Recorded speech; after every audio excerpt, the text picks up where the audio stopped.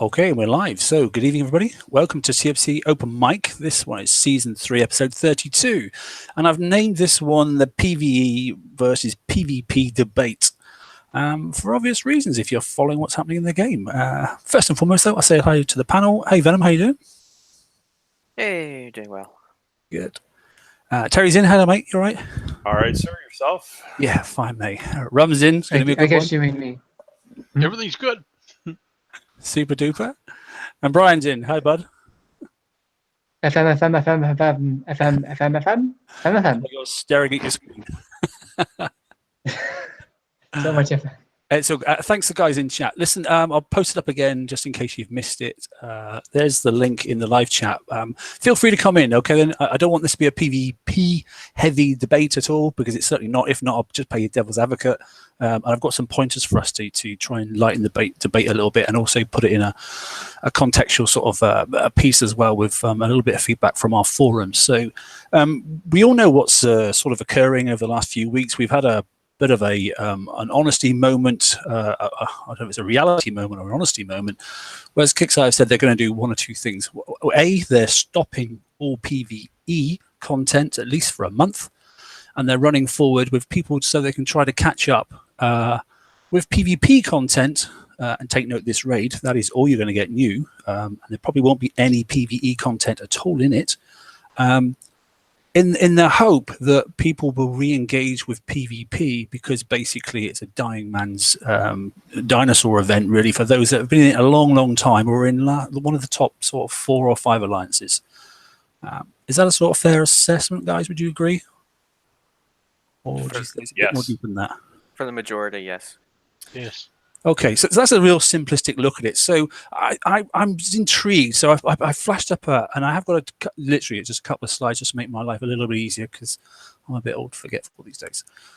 So all I've got really is, yeah, well, that's obviously a title screen, which is not very interesting. But so that was a question we posed on the page. And I asked basically for tonight's show to provide a little bit of feedback for tonight, basically. These are the 5 sort of questions. You know, question 1 there. Well, you can read the questions yourself, and there's the percentage feedback. And it sort of like follows the pattern that I thought simply by the top 4 to 5 alliances basically are the stalwarts in the game. I'm not saying they sort of, I suppose proportionally they may spend more, but they aren't the key income group of the game anymore. And Kickstarter admit that PvE, believe it or not, is the biggest income. But then again, if based off this here, whereas I like PvP and then outwitting players, basically 20 people sort of said that, and that's question 5 there. And if you see that's only 4% of the player base, actually I was thought it's going to be between 4% and 8%. So I think that's about on par. So if I don't know what percentage of the income comes from that group, and this is a very rough count. It only has been up for 8 hours, so you know. But those that are keen on the page and keen on playing the game would sort of like be answering, and they have been answering quite consistently. But yeah, interesting chart. I don't know. What do you think? Do you think the questions are fair? Do you think I missed something out? Was there some sort of question I should have asked, or do you think that covered most of it? You left Bacon out, but no, Bacon was there. He did get only 2 votes though. You don't show it on the graphic. But No, my apologies. But I was late getting to the table. Let's put it that way. I'm just having to go, mate. No, the questions are fair, and I'm not surprised by it. But you'll find some of the bigger spenders down in that lowest percentage too. Oh, I don't doubt. No, I totally agree with that because when you want to outwit somebody else, you've got to. It costs time or money. It doesn't. There's another way of getting to that end result of I'm the winner, king of the castle moment, isn't it? Especially if you're trying to get MC3 on a bunch of Conqueror halls in a week. And I've been trying hard, I must admit, but I've sort of come to a pause at the moment because that little term hard and reset can mean an awful lot of things. And I have no idea where that's going. I've got a rough idea, but nobody knows for sure. So I'm not doing too many refits on PvP. I've done a couple of key items, but I'm not doing the whole stack of fleets because I don't think it's the wise thing to do at the moment. But yeah. I haven't even got MC Pit 3 yet. Not even put it on yet. We haven't got it. I haven't even got it from FM yet. Oh wow, great. That's not good. Yeah. So yeah, interestingly then. So basically, it's interesting. I thought that 57%. I mean, some people have actually ticked more than 2, and I'm sort of emphasised the fact, look, I've ticked more than 2 things there, you know. But I was sort of playing devil's advocate as well. Hey, Wayne, how you doing? Hi, buddy. How are you? Not sure if Sure, Wayne he can hear you. Wayne's your mic on? I'm not sure if it is. He's working on it anyway.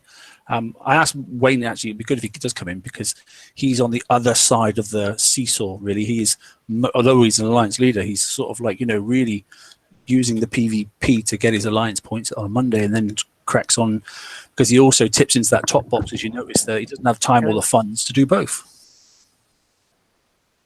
And I think that's the other problem. There's so much content these days, particularly in the PvE, with all the different trees and all the different tiers and all the TLCs. It's a bit of a nightmare. So, I don't know. Brian's got no audio. That's a shame. I don't know that number 3 is a accurate number per se, because I get that you like unpicking the PvE puzzle and getting the best build, and there's some other guys that do that, like Bren and Wayne. There's also a couple thousand guys that sit on the TFC page waiting for you to do that. So they're not the ones actually, you know, there's a lot of help out there. I commented on this thread about that there's just a lot of guys who don't read the blueprints even. They just, you know, where's Ren's build, where's TSM's build, you know, and they copy it. Pass me the goodies, yeah. And that's fine. I have no problem with that. But they're not playing it to do that puzzle that you enjoy doing. And I don't know that number is really representative, because some of those guys that click that translates into waiting around on, you know, your page to find the build when you post it, or your video. Potentially. I mean, on average, I mean, what have we got? 15,000 on the page now, and on average, we get about 7,500 roughly active members of one type or another clicking on it at least once a month. So, you know, that's a rough guide. And of this poll, you know, you can see there the numbers aren't huge. I think the top one was 266 packs and that sort of stuff. Sorry, 266 people. So it sort of represents about 400 roughly at a that's 100, that's 200, 3, 4, yeah, just over sort of 450 people in fact. So it's go on, Brian. Can I hear you? Can you speak? I don't know if Brian's can hear or not. No, you're cutting out for me, but no. With respect to people waiting for the builds, the blueprints in game are woefully inaccurate. The math in game for PvP especially is woefully inaccurate. I know that Wrong Thinker and CM Chris made points about this, but the problem is like the numbers are wrong. People feel they don't understand it because they can't. If they look at what the game provides them, it's wrong. You need a turret calculator, for example, that was made by one of the players because your math sucks. It's wrong. And there's no way that you could possibly know that. You know, every time I've written a PvP math article, I've had to talk to Ren or somebody else here who's talked with the people that actually work on the game, because that's what you need to do. And it's not fair to the players to require that level of complex understanding and also have those avenues of communication be difficult to obtain. Joe Schmo can't just go on to the forum and say, hey, how does this work? And necessarily expect an answer, even from an official source, that's anywhere near correct when it's compared to what they see in the game. So the people that don't have these sorts of communication or aren't like secondhand like I am, like I don't talk to those people, but I talk to admins and such, and I get my information through them. But if you don't get information like that, it really is the best just to wait, because it's impossible to know. And that's not our fault, that's Kicksai's fault. So once that gets fixed, it's going to be a lot easier and people might feel more confidence in themselves to start to solve the puzzle. But I think based on how thorough and in-depth this refactor is, that still might not be the case after it happens. I don't know how many numbers are going to change or in what fashion, but that probably is going to be a dramatic shakeup to things and just leave people back at square one where they're waiting for someone like a community member like us to do it. It's really hard on the average player. Yeah. Hi, Alan. How you doing, buddy? Yeah, hi there. Good. So, question. I've got lots of questions tonight. I'm just literally playing devil's advocate. So, that's a chicken egg scenario. Then, Brian's basically what you're saying. If you take the leap of faith first and then get it wrong, this game's all about money. In fact, no, wrong. For them it is, but for us, it's all about time. Time is money. And if you go down the wrong avenue and then got to retract and go backwards, you've missed the boat, basically, haven't you? And you are potentially not going to be ready for an event, which then is going to cost you more time, i.e. more money, to regain. So, yeah, the technicalities, and let's just think back to the 7 deadly sins and all the extra overlapping. If you've got 6 of this and 2 of that, and you know, and 1 of these and 3 of those, you know, but if this one dies and you've lost this ability, and you know, good God, you know, a small percentage of people understood some of it, a tiny percentage understood most of it. I'd say probably 90% of people understood very little of it. You know, and I think that was also part of the a nice concept. You know, it was a bit of a nail in the coffin, I think, for PvP. Didn't really help. I don't have an issue personally with people waiting for some builds that are, you know, that is my personal thing. That's why I started playing on the TFC, because I wanted to try and, you know, on one aspect, it's good to try and give people some builds, but it's also a bad thing because then people don't learn. And that's not derogatory to them personally, but then they have to keep coming back because they go, oh, yeah, that just works. But why does it work is the question. It's so overwhelming and so complicated at this point. A new player trying to make sense of you know, deflection versus defense stats, and you know, as Brian said, half or more of the stats are wrong anyway. So yeah, they're going to wait for somebody to test it, because I mean, you look at some job and it's just overwhelming. And first of all, it's a game; it's supposed to be fun. It's not supposed to be your job, and it's just so damn complicated. Yeah, it's just easier to wait for a good build. That speaks more to how complicated the game's gotten than it does to how lazy the players are, I think. Well, that's timely. Sorry, Rum, just 2 seconds. That's timely because I invest probably 60 hours a week, I'd say, in total on this. Wow. Easily, in fact. Sometimes more. Doing all the pages, doing the background stuff, doing the shows, it's about 60 hours a week, I'd say, roughly. Well, just your work outside the game doesn't leave you enough time to play the game.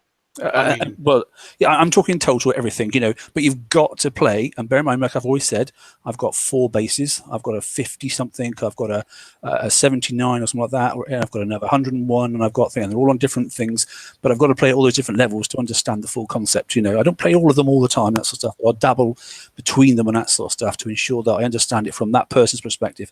And on the other 3 bases, there's one I coin a little tiny bit on and nothing on the other 2, the lower ones. So I do feel the pain of the lower person as well. You know, but interestingly, quickly, Wayne, is your mic working?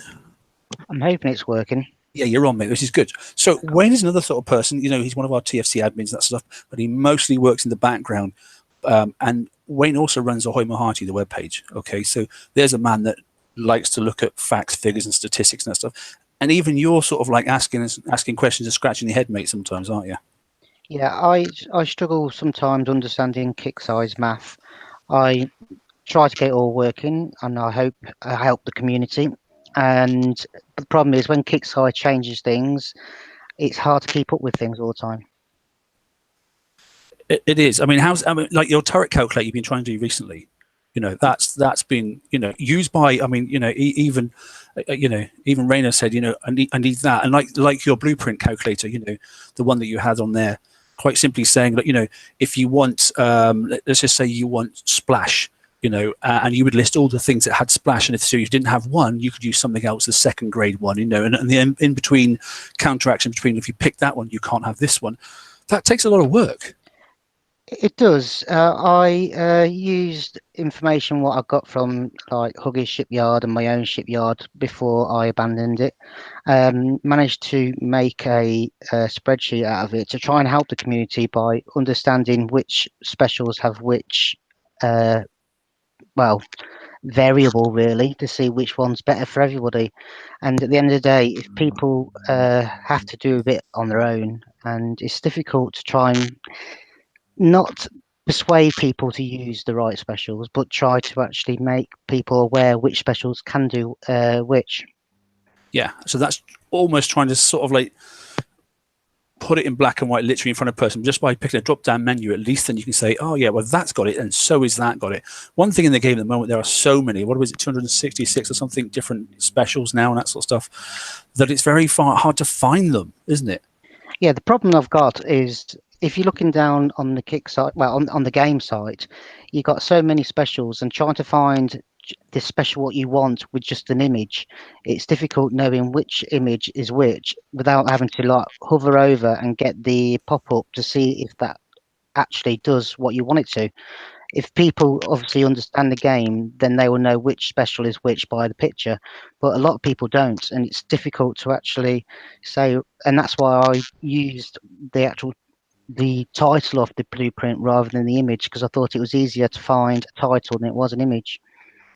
Yeah, catch 2020, like we all have our favorites, don't we? We all know what, like, you know, hardened barrels looks like and that sort of stuff, and we all know, you know, there's certain ones that we go, yeah, got that. Siege targeting is a classic one, you know, we all know straight what it looks like. But there are the unusual ones when you're trying to do the fine tune, like when Ren builds his builds, and he's saying, oh yeah, well you could also look at, and he's just looking through the tree and he goes, yep, that one, you know. Yeah, but not a lot of people are like that, though, are they? They know, right, I need to put on X special, I need to put on Y weapon, but they don't know what it looks like, and you have to literally then go through everything to actually see which one it is, or you can't remember it, so you try and Google it to find out what image it looks like, because I've done that many a times. Okay, so taking all that into, in fact, okay, we'll just park that for one side. So the complication of you know, and that's part of the refactoring and a part of the hard reset, is trying to make blueprints more understandable, clearer, particularly the ship blueprints as well. Demystifying some of the statistics is what they said they're going to do. So let's see if they actually manage to achieve it. Hey, Geordie, how you doing? Hello, mate. Good to see you, mate. Thanks for coming in. No worries. So yeah, I mean, it's a good time to come in, basically. So we've got a few people on the panel now. It's a good time to, of those 5 questions, I mean, take out the fact that, you know, I don't have time because we're all here and we clearly have got some time. Where would you put yourself in those 1 to 5 of those questions? Wayne, where would you see yourself? Are you mostly at the top? You know, I liked a little bit of. I like PvP. I'm not saying I dislike it, but I don't like giving Kixeye money. So I tend to just do my PvP to get my alliance points, and then do any revenge hits if I need to. I just don't like spending money when I don't need to. So PvP is really on the back burner for me. I'm more of a PvE, because to keep up, you need the equipment, and you get the equipment from PvE. You don't get the equipment from PvP unless you do bounty. Interesting, yeah. Venom, what about yourself, mate? Well, I don't need to answer this question, but, you know, just in general. Yeah, if you look at the bottom there, you can see my little picture. I like PvP. I'm one fortunate enough to be able to do both PvE and PvP. But I would agree that PvP is far too complex, and half the time it doesn't work. For example, at the moment I have a spinning screen of death, which I can't enter a battle for base. Mm-hmm. So even when you know what you're doing, you still get screwed over. Yeah, contact your service provider, mate. I'm sure that'll be their problem. But hey, Terry, what about you, mate? Where would you put yourself in this? Well, you can actually see my picture on the last one there, right beside Venom's. I'm doing the PvE for me is a means to an end. Period. That's it. Yeah, I saw it's your all comment about page, getting my That's I posted that into my comment, and it's I hate it. I hate the targets. I hate doing them. If I can auto it, if I can't auto it, I don't do it. Pretty much. Now, I don't coin any of it.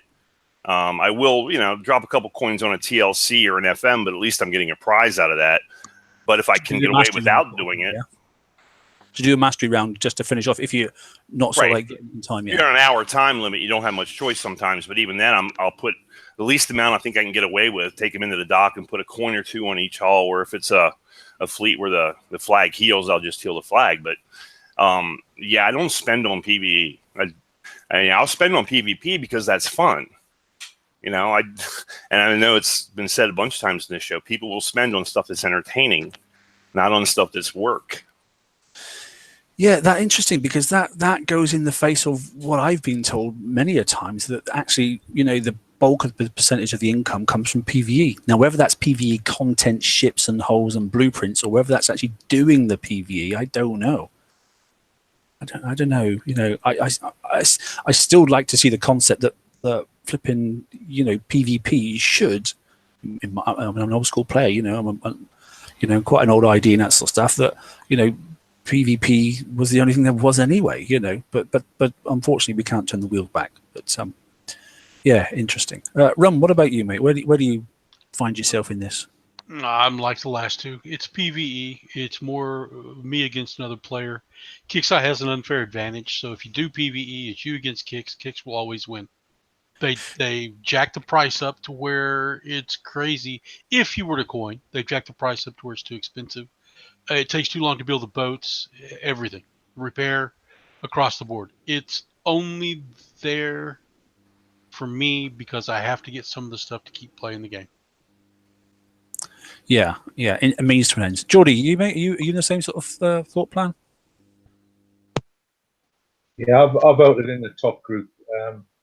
I enjoy PvP a lot, but it's never ever gonna make me coin because you know the return just isn't there. While I get no reward from it, I'm not saying there should be a reward. So my efforts go towards PvE where I get stuff I need. Yeah, yeah. Well, I'll leave that in a second. Brian, I'm guessing you're sort of like somewhere stuck between the I'd like to, but I can't. I don't even really like to.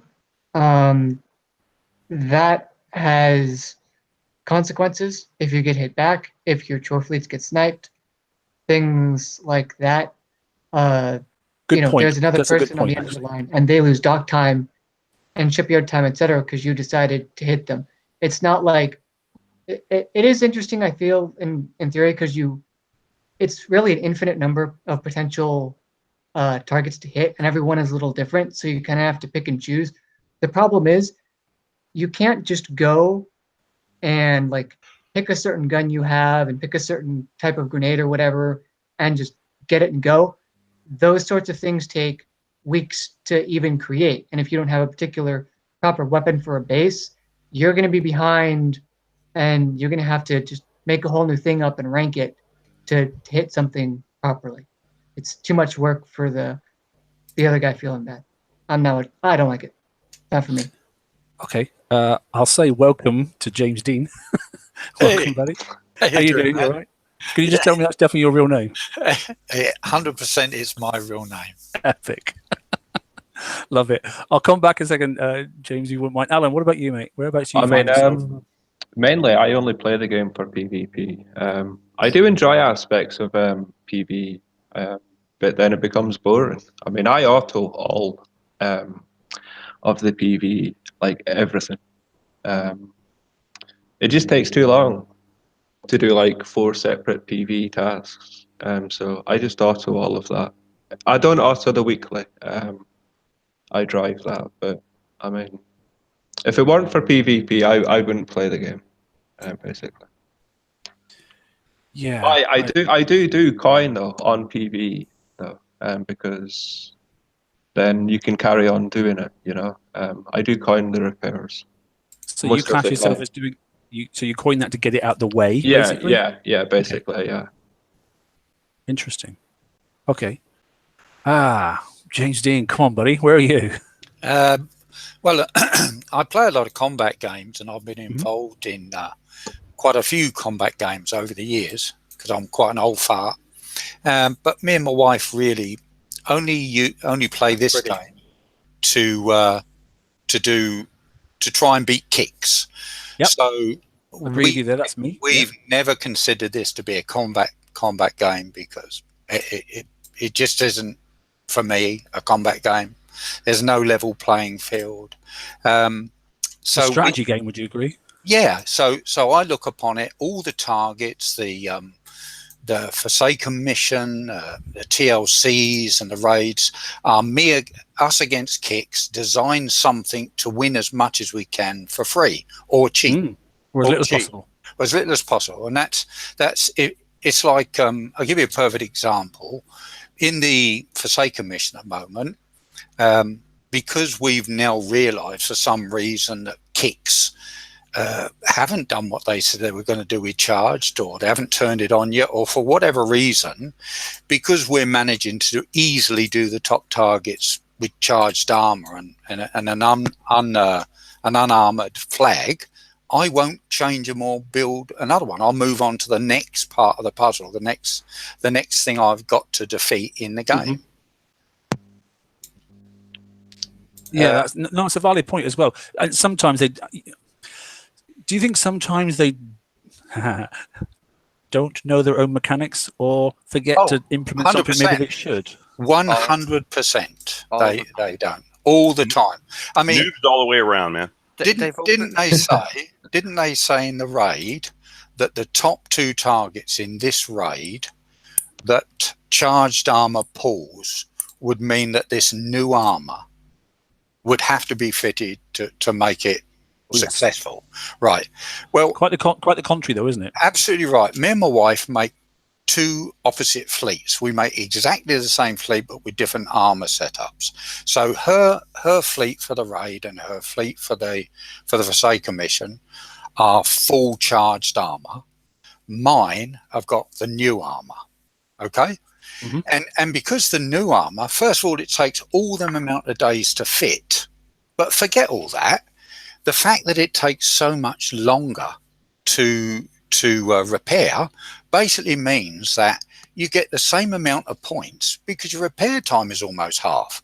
So during the raid and during the Forsaken mission, we're getting almost equal results, and they kind of figured it out. That's farcical, isn't it? I the same thing. I wish now I hadn't changed and put the new armor on.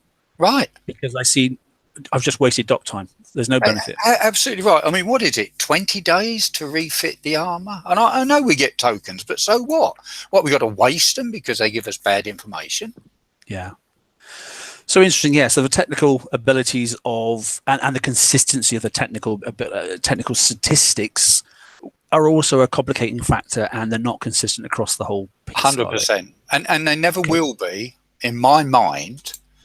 There's a very, very easy way around it, and that is to involve more and more experienced players in things before they actually put them in. I'm not saying don't do it because the players say don't do this, but if somebody was a lot more experienced than you, and you were thinking about doing something in a game that was going to earn you or lose you money, and these experienced people said, look, we'll ask us before you do anything, tell us what you're thinking of, and we'll tell you good and bad things that we think about it, and then make your decision. You think that's logical? Well, I agree. Yeah, it would be logical, but what happens if they keep drawing yes men instead of somebody that tells them it's a bad idea?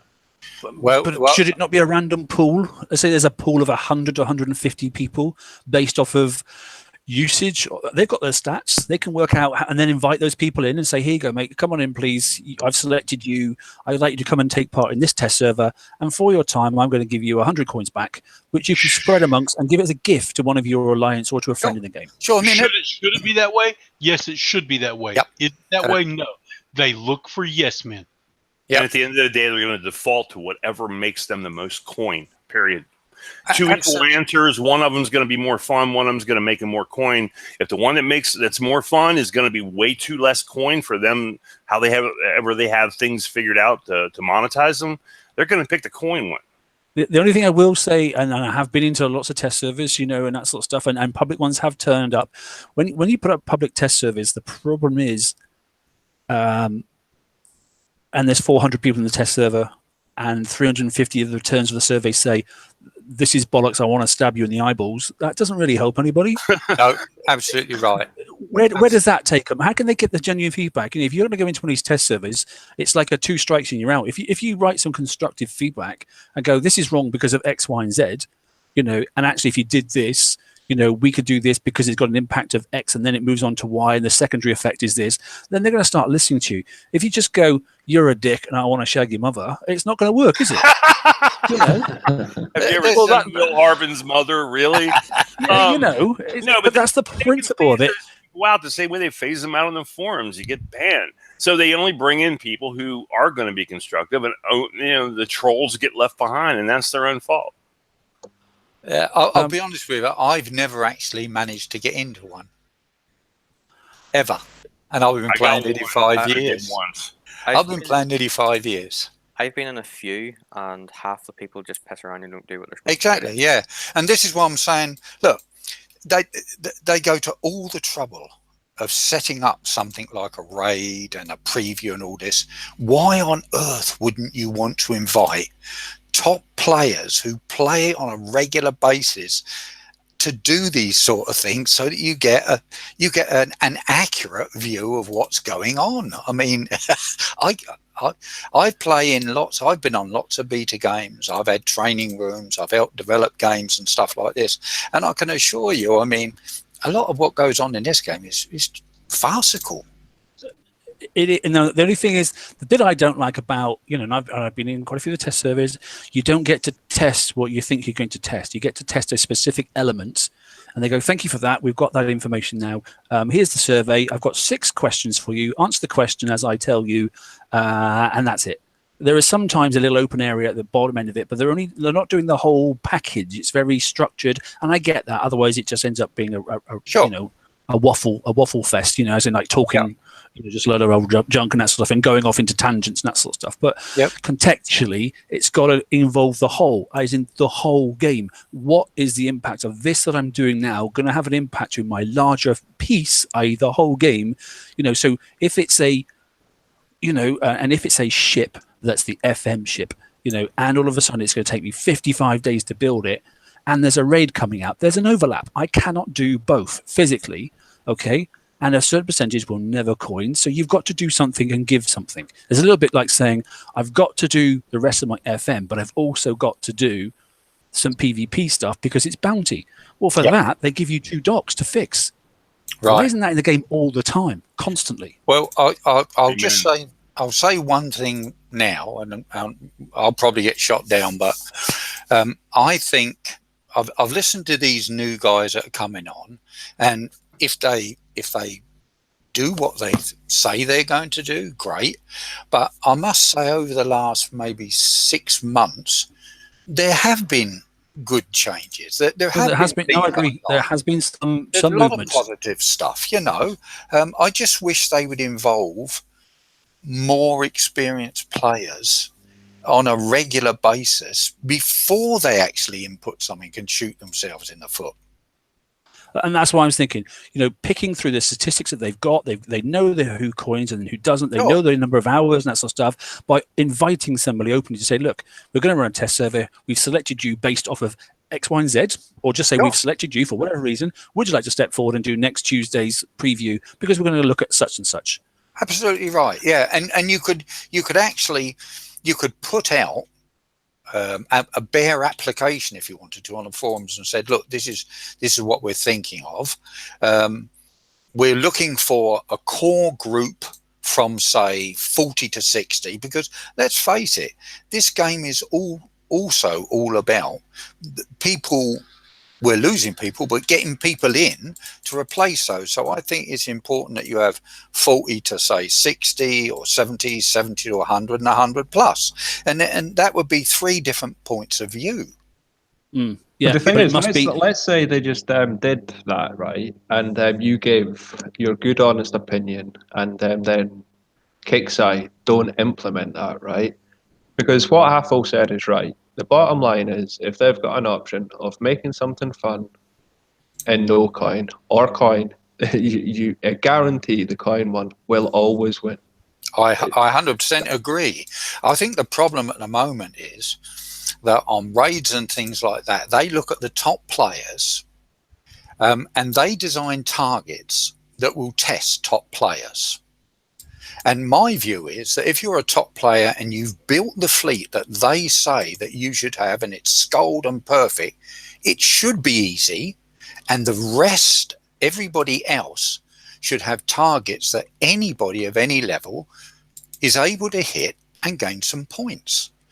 And I think that there's a dividing line with paying some coins and lots of people playing, or having it designed so that it tests the top players, and they either have to prep for other people, or the other people get points, but the points they get with the prizes being so expensive now, the prizes they can get are of no use whatsoever. Yeah. Okay. I'll let. Time's gone on, so it's quite good. We're going to move on to a different slide in a minute, which is basically some of the feedback to the questions that I sort of posed there. So you might, some of you that are on the chat on the sideline there, and some of you in the panel now might find your sort of like comments as well. So it's nothing new; it's only what's come from the page. But interestingly, so one of the things that's really bugged me recently in the last 3 months was the change to countermeasures. Yes, so as an example, yeah, sorry. Could I just say, I've just remembered 2 things that bother me about PvP. Go on, mate.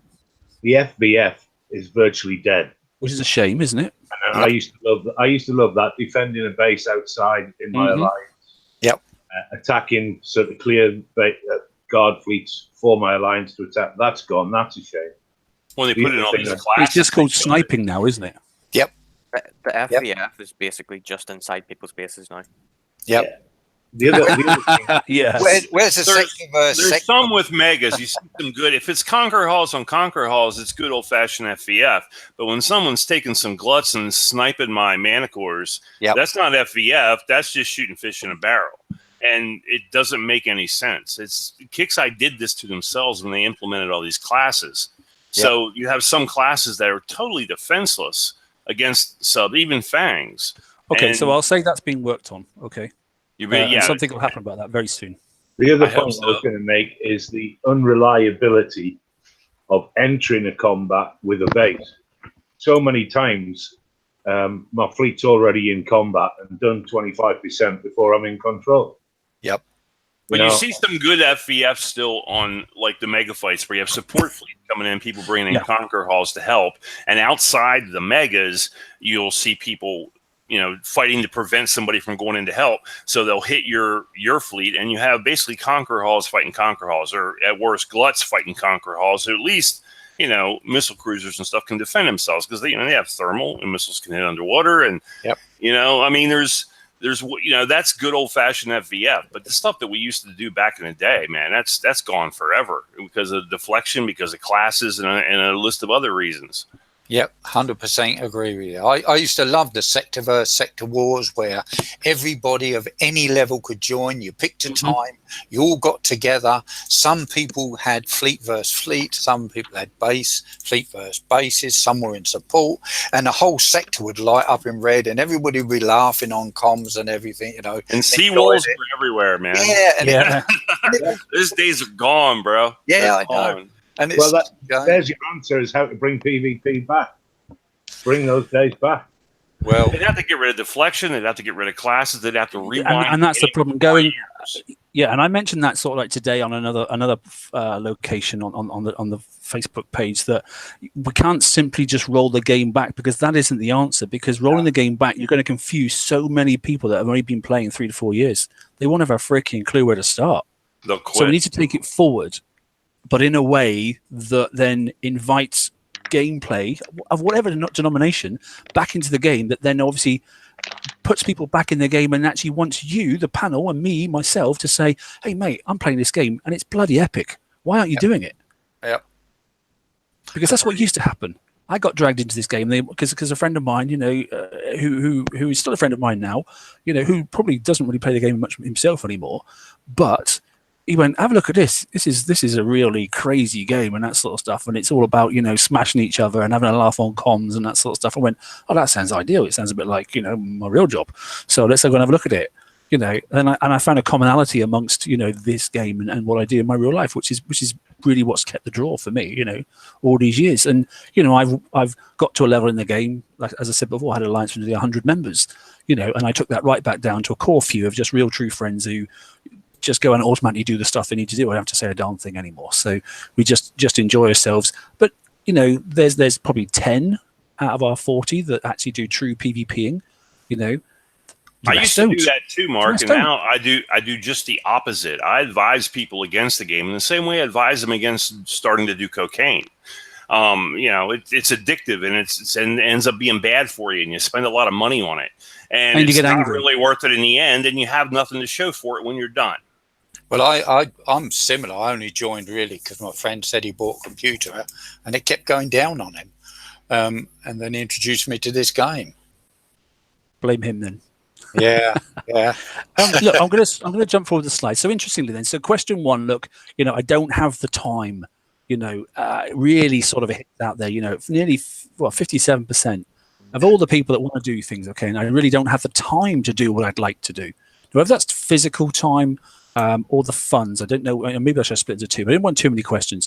But so that is a key, decision maker and something they really, really should look into. But question two, okay, got the bulk. I prefer PvP. So if you add, the other subsequent questions down there, the bulk of people do like PvP, but they don't have the time. Really, does that make sense? Yeah. Or I just made that up. But that's how I've read it. I think it's because of levels, isn't it? Top levels probably can do both, but other people that are hitting small targets, say in the Forsaken mission, takes them 5 or 6 days to get enough points. That's, it's what I'm saying. We really need to help probably the new players and the mid-level players to cut down on this. For the top players, I don't think anything takes time, does it? No. No, because you're doing 2 or 3 things at the same time. I was doing 2 PLCs, my FM, and something else at the same time. I have 4 fleets, 4 or 5 fleets. autoing shore targets, getting titanium and uranium and stuff while I'm doing FM. Yeah, I mean, and I only got them in a day or two because I'm hitting 120. Yeah, so we look at that and we go, oh, what are they talking about? And then we suddenly think about it. And we look at comms and somebody says, yeah, I'm out. I'm hitting the turret in a 111 for 3,000 points or 4,000 points. And I've in 6 days, I can get a prize pack 4 prize. And you think, yeah, now I know what they mean. Yeah. And somebody, and I honestly can't remember who it was, but somebody decided to go from coining to non-coining. And it was last week or the week before they mentioned about it. I've forgotten who it was. And he actually now feels the pain and says, actually, I can't keep up in the game anymore. Without it, I'm falling backwards now. Yep. That was on Bounty, I think. And I think it was Dr. Death. Dr. Death, that was right. Yeah, thanks, Brian. Yeah, it was. Dr. Death said it. And he actually openly admitted that, do you know what, without it, it's virtually impossible to get anywhere near to staying consistent, let alone being a, I'm not saying end user player because that's not the same, but he is an end user, by base level and ID and that sort of stuff. But it doesn't take long to fall off that pinnacle, which I suppose, free to play and not free to win. Maybe that's what it is. I don't know. It's pay to win. It's absolutely pay to win. I mean, I'm putting, like I said earlier, putting MC3 on each one of my, except the Sloss on the rest of my Conquer halls, and I've got them on 6 now. It was just released on Wednesday, so I didn't obviously wait a day and a half to replace an MC1 with an MC3 on each one of those 6 halls. So I'm going in and looking in the shop every day if there's a Conqueror token, if there's whatever. I'm not coining it outright, but I'm buying like there's a shipbuild token with a little bit off the normal price, or But you're still buying time. Yeah, you're still buying time. You're still getting ahead of the next one. I'm not going to go to the dock and outright coin it. I'll never do that. But I will buy tokens every day if it applies to something I have in the oven, or I'm going to put in the oven that day or the next day. That I'm going to refit that tomorrow. I'm going to go ahead and get it. But plan ahead. That's without doing that, oh man, I'd be way behind. But can I just ask, Dr. Death, he wasn't talking about bounty when he was talking about falling behind, though, was he? He was talking about because even in bounty, because he used to like going hitting bases and that sort of stuff, and he went, hang on a minute, I've got to fix this darn fleet now, and hang on a minute, it's going to take me an hour and a half. I've got well, that's me. I'll come back in an hour and a half. And actually, what he used to do is go, click, fix, next base, click, fix, next base, click, fix, and all of a sudden 20k in 1 hour and all that sort of stuff. And actually, when he found out he was like 2.5k in an hour, and he went, I may as well go and hit those PvE targets instead because it's free. Right, because personally, I just use 1 missile cruiser, and I get all the points I want. Yeah. How many points do you get with one MCS though? Well, I got 75, 80,000 last time. That's what I mean. Though. How many hours did that take you to get that though? I don't know really. Let me think. What I do is I put my fleets out on the map, and I still have a defense fleet, and then I provoke a hit, and then once I've got hit, that gives me. I think it's 4.5 hours, isn't it? So I can go out and I take out 2 fleets, I put 2 missile fleet cruisers in each, but I only use one generally, unless I use the other one for the targets that are outside of the map, outside of the base, you know, so I don't have to wait. And then I just go into one, and if there's no howies in it, normally up to level 90 something, yeah. Yeah. And then if it looks like I can auto that, I just click on the OP with 1 missile cruiser. If there's nothing around the outside, I leave that, go into the next target, send my missile cruisers into that and do the same. So I suppose I'm getting 500 points on average each pair. So if you add that to the fact that you can pick up, what is it, 16,000 or without doing anything, it's 21k. 21k. You can really easily. The bounty's a piece of cake. I did that with my ult just to check. You've got the time though. Bounty. Yeah, very much. I invested that time in my ult just to check. I just went in there and did the basics. It's a piece of cake as a PvE event. Yeah. Yes. Yeah. If you've got as a second rate, let's just say what it is. It's a second rate. Yeah. You don't have half repairs. They give you 2 repair slots instead of giving you half repair. Yep. But the other thing is, generally, the people that can do it, there's really not a lot in it normally that you want. Even if you've got the fleets to hit the top end places, you're just not getting any bounty. I mean, you'll be lucky, yeah. If you can get in a base worth 2,000 or 3,000 bounty, yeah, and you can manage to even get to the outpost, yeah, in a single hit and without prepping, because all they're going to do is bank it. Yeah, they just bank it, don't they? The biggest 75% extra defense. Yeah, you can't kill it. I had 3 slots with the flag, 2 impact cruisers firing at this outpost for 3.5 minutes, and you can't even kill it. Yeah, you can't kill it. It's impossible. The biggest bounty I took off a base, I think, was about 2,500. The last bounty I had any 2 base. That was it. 2 bases that I got more than 1K off of. The rest of them they banked, or as soon as you hit the doorbell, they put a gun butt out front, and then they bank. And now the one before that, I bet I got bounty off of 30 some bases. Slightly different reason. Because they had the minimum 600, so you're at least getting that, and people, you know, were getting so much more bounty points. They weren't guarding as much. Now, I mean, the way they did it last time, it was a pure PvE event because I only found 2 bases I could hit worth more than 1K when they were offline and couldn't bank. Yep. And there's no point even hitting bases for 1K. You may as well just hit 2 levels. It's quicker just to go and hit 2 things. Yeah, it's just more fun for me, man. I mean, hitting a real base is just a lot more fun, and it's not just because of bragging rights or medals. I could care less about medals, but just as a pastime activity. Yeah, right. As an example, okay. Now I hit 5, you know, what I call lesser bases on a Monday to get my ally points, 90s or whatever. And this doesn't apply to that. But yesterday, I hit Snowman's base from PNLS. Now, me and Snowman pick on each other a lot. And he's a good player, and he's got a great base. And I didn't think I'd beat his base. But, you know, I had a full 10 people watching, and I'm in there jamming through trying to get back to his OP. And I got over 50%, but I didn't make it back to the op. But it just... when I was done, my mouse hand was shaking. Yeah. I mean, the adrenaline rush, because I was hitting one of the top alliances in the game, PNLS. Yep. I'm not a great player. I like hitting bases. And Snowman's a guy I know. I mean, we riff on each other on Hammer Time and stuff, and it was just the adrenaline rush that you get from doing that. Yeah, you can look like an ass. You can be embarrassed, but I'm not, because I fail a lot.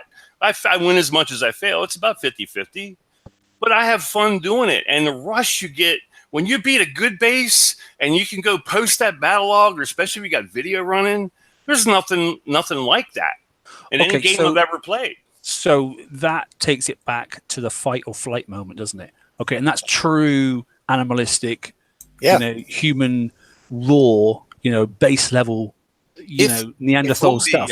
If all the battles were like that, I think a lot more people would play, but they're not. But they used people to don't be. want to try. If they get a full bunch, they're afraid. And I don't mean to use the word afraid as a derogatory term. They don't want to be embarrassed, because you go into a good base like that, and any of the top alliances, whether it's Venom's Alliance or PNLS or whatever, And if you fail, you get embarrassed and you feel bad. And that shouldn't be, because you need to look at it like, I'm trying, at least I'm hitting. And that's the mindset, I'm hitting, I'm out there doing it. And if I fail, I fail. But if I get it, damn it, I got it.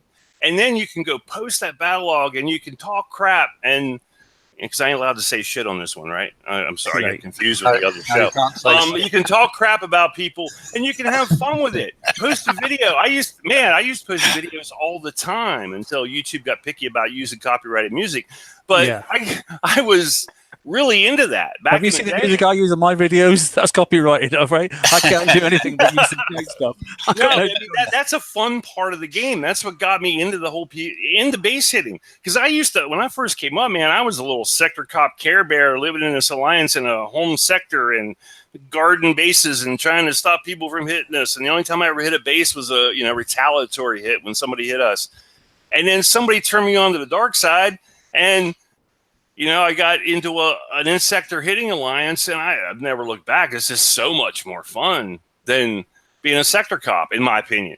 That's for me. Free. But that's it's all about hitting bases and that feeling you get. That's the psychological feeling that I haven't gotten from other games.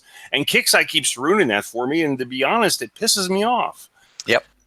Yep, exactly. And that's the reason I got into the game and got hooked. Exactly that same reason. That fight or flight, I'm not saying it's almost like the real thing, because that'd be stupid. But of all the combat simulation things I've done, this was the closest thing that was actually internet based, and I was very surprised. Very surprised. No issue with getting embarrassed, but what does annoy me sometimes is if you get a full house, the effect it has on you.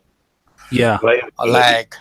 Yeah, good old lag. Well, hardware acceleration's fixed everything, doesn't it? So turn off hardware acceleration before you hit a base. First, be wise, guys. If you got hardware acceleration on, and I do, turn it off before you ever hit a base or any target you're going to drive, really, even in the FM or anything. Because and then turn it back on afterwards. Right, exactly. You'll get the spinning wheel of death. You can go ahead and auto with it, especially for rolling crews. It's awesome, but do not try to hit a player base, with it on. Turn it off. If you want an example, I posted a video there if anyone wants to bring it up. In the sidebar chat, of how hard acceleration works as intended. Yeah, I saw that.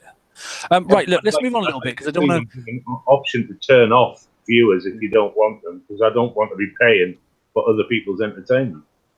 However, fair dues, that hardware acceleration thing, they're still working on it, and I will say, at least they are trying to do something, and if they do manage to sort it out, and load up the GPU partly and take some of it off of our RAM and out of our CPUs, then that should be better for us in the long run. It's it's a nightmare that it's taking so long and that sort of stuff. But I'm not a programmer by any shape and that sort of stuff, or a coder. So I'm sure it's interesting to overcome. But at least they're trying something. It's something that's happening in the background and trying to retain people, because obviously a lot of the lag problems was why people were leaving. So they're at least trying to do something. Yeah. I'm not justifying it. I'm just saying, they're trying, and I won't even go about world comms, because I don't want to talk about that tonight. I really want to stick to this PvE, PvP thing. So I want to move forward into some slides. And like I said, I brought up some of the, I hope you can sort of read those, but it's for a flavor. So there's a few people there that I've just chopped out from the Facebook forum. Mine's not there. I'm hurt. No, sorry, mate, but I sort of had a funny feeling you'd be here tonight, and yours was quite long, so I want to get as many as I could on a little page. But it's there's a reasonable balance there. I prefer PvP, but you have to stay top end on PvE to get all the toys in order to do it. But there's a huge time investment, which means PvP suffers. That's Eric's at the bottom right there. I totally agree with that, and I think that's a very, very reflective piece of question one. You've got to do it, but you don't really get the chance to do it because you're doing so much of this PvE stuff. Yep. I think that hits it nail on the head there. Oh, sure, it does. Yeah. In a simple sentence there, I think that's got it. Jim Dean one above that there. I don't do PvP at all. I just like doing the events. That's right. See now that changing that slightly, Jim. Okay, what would you class as a battle? Define battle. No one's saying it's PvP. No one's saying it's PvE. What is a battle to you? Is it winning against the opponent? like I said, I think we just do this for the puzzle part of it. Mhm. We used to do base hitting, and if we got hit, we'd go we're non-alliance, me and my wife, but we'd go into the sector that hit us, and hit everything we could, and just sit there, getting killed all the time, but it didn't matter. And in the end, we gained a bit of props off of people, and then we'd move on. So we used to do loads of combat, and I do combat in lots of other games. But it just, with the class system and a lot of the other things that you guys have mentioned, I think it just took the fun out of it, and it gave you less and less. Or zero reward, and just lots of repairs for, as I say, for nothing. It totally ruined it. There's a couple of individuals that really short sentences there. Every week or every other week they add tech that changes PvP. It's exhausting, even trying to keep up. Very valid point. Well, look at this Series 7 weapons. Why did they double it to 8? I don't have any answers, but I understand. Well, it's easy, isn't it? So that because you can only get 4 this week, next week or the week after, when you could just get the tokens, you've got to get another 4. Yeah, you have to have them, don't you? It's that sort of thing. I don't think you do need to have them. No, no, you don't. But you feel like you need to have them. Exactly. Yeah, but the players themselves then have got to take some responsibility. Yep, I agree with you. You won't be able to run them all at the same time anyway. No. You're going to have to pick a faction, pick a weapon group, go with it, and then but you want to have them in case. Well, I'm running the Howies and Forsaken this week, but maybe they come out with a new Conquer Hall, and I want to switch to Legion and go Penetrative next week, and I want to have them available because I can get base parts and change my turrets over pretty quick. Yeah, I get that, but what I mean is, if you take Ballistic, for instance, you want the Howies, well, you can only have 4, and the other 2 lots in it don't really do a lot, do they? So you wouldn't drop the Howies to put in. I disagree with the jabs. The jabs do a lot for me. Yeah. They're really bad if you're not good at driving your sloths. Watch out for them jabs. Right. They put out almost as much damage as the Howies, and on a crit hit, they'll kill a bus in 1 hit. So right. But it's just. But I agree with that. That's the reason you feel like you need to have them all, though. Yeah. Because even though I'm only going to be concentrating on one faction this week, in 2 weeks' time, they could come out with another Conquer Hall that's going to make me rethink that and want to change my base around. Absolutely right. Yeah, you feel like you got to get all of them and have all of them. No. And even just the past month-ish's worth of releases, we had the Ifrit, the radioactive based and radioactive defended against hull. Then we had the radioactive turret. And then we had the thing that counters radioactive shots, which I don't think anyone saw coming at all. And, you put that on your Conqueror, on your tank. Between that and Evade, the radioactive turret that came out 2 weeks ago is useless. You don't even need the Ifrit to defend against that. You just dodge enough shock waves and shoot down the rest, and they're never going to get a shockwave off on you. And that's just why was that even a thing? And we're not even talking about the bug with the radio turret where the shockwave wouldn't appear to work for like a week. By the time it worked, we knew that a counter was coming to the turret itself. So the radio turrets, kind of like the rages, were like, well, why did this even happen? By the time we get any good use out of it, it's pretty much obsolete based on what we have, what we know is coming in a week. Yeah, it's a lot of that goes on at the moment, doesn't it? I call it instant redundancy. You get it, but just as you start to get it together, they bring something else out to negate it. They let you own it long enough to coin it onto your fleet. Yeah. Because you think you need it. I know this is sounding real tinfoil hatty, but that's exactly what it's not tinfoil, it's the truth. They took their cues from the smartphone industry. They just sped it up a little bit. Yep. I'd just like to blow your minds for a second. No. I have had the same baser for about 3 or 4 months now, and very little refits on any of it.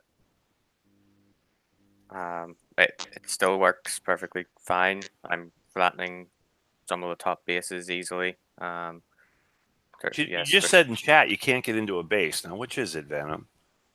I'm sorry, I'm messing with you, man. When he can load the battle, he can. Yeah, When he has hardware acceleration off, he can get into the battle. if I can know the battle and people go NASCAR, like I'm just having a go, mate. it's very little refits if you know what fleet type to use. You don't really need everything. I haven't built an Ifrit, I haven't built an Impact Cruiser, I haven't built half of the items that most people have went out and Have you noticed everybody's gone quiet? They're all waiting. It's Where do you go? No, I agree with Venom. Yeah. I mean, Yeah, no, I agree. At the end of the day, look at how old slots are, right? I mean, Oh, they're awesome. but Kickseye are smart, right? They buy into individuals' greed. I need everything. I want everything. Yeah. Yep. In actual fact, do you? Feed the beast. Yeah. Which means the tier 7 mortar chuckers coming out the barn pretty soon, because the last thing they can do is have people still using a tier 6 hull to hit bases effectively. And then sounds tinfoil hatty, but We already got the tier 7 mortar turret and the tier 7 mortar hull. I don't know. Oh, you mean like a slot for tier 7? Yeah. To Oh replace God, the no. hull. Oh No. yeah. Oh yeah. No, It's you coming. go to That'll simple. be the last. They have one more tier 7 hull. Those two noobs on that show Friday, we're talking about one more tier 7 hull coming out. How much you want to bet it's a mortar chucker? None. We have a mortar hull, and it's not Yeah. that It's tier it's 6 not that and we it already still have works. it. But Kickseye can't have that. A tier 6 it still works in bases. Are you high? in a The very oppressor, specific though. setup, and there's even ways to counter that based on your placement of turrets. No. And the thing about Yeah, the sloth still works in a lot of bases, though, is the only point I'm making. I just think that they're going to come out with a tier 7 that it has, indirect fire, whatever it's called, for mortars, that you're going to be able, remote targeting for mortars that you're going to be able to use. I think that's the next, because what else are they missing from tier 7 Conqueror hulls? There's no mortar chucker.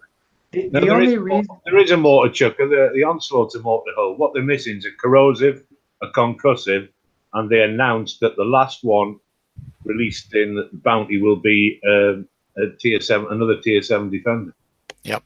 and the thing is, they can only get away with the fact that, one, the sloth has an amazing range beyond pretty much anything, and longer than almost any turrets if you've got enough in the fleet.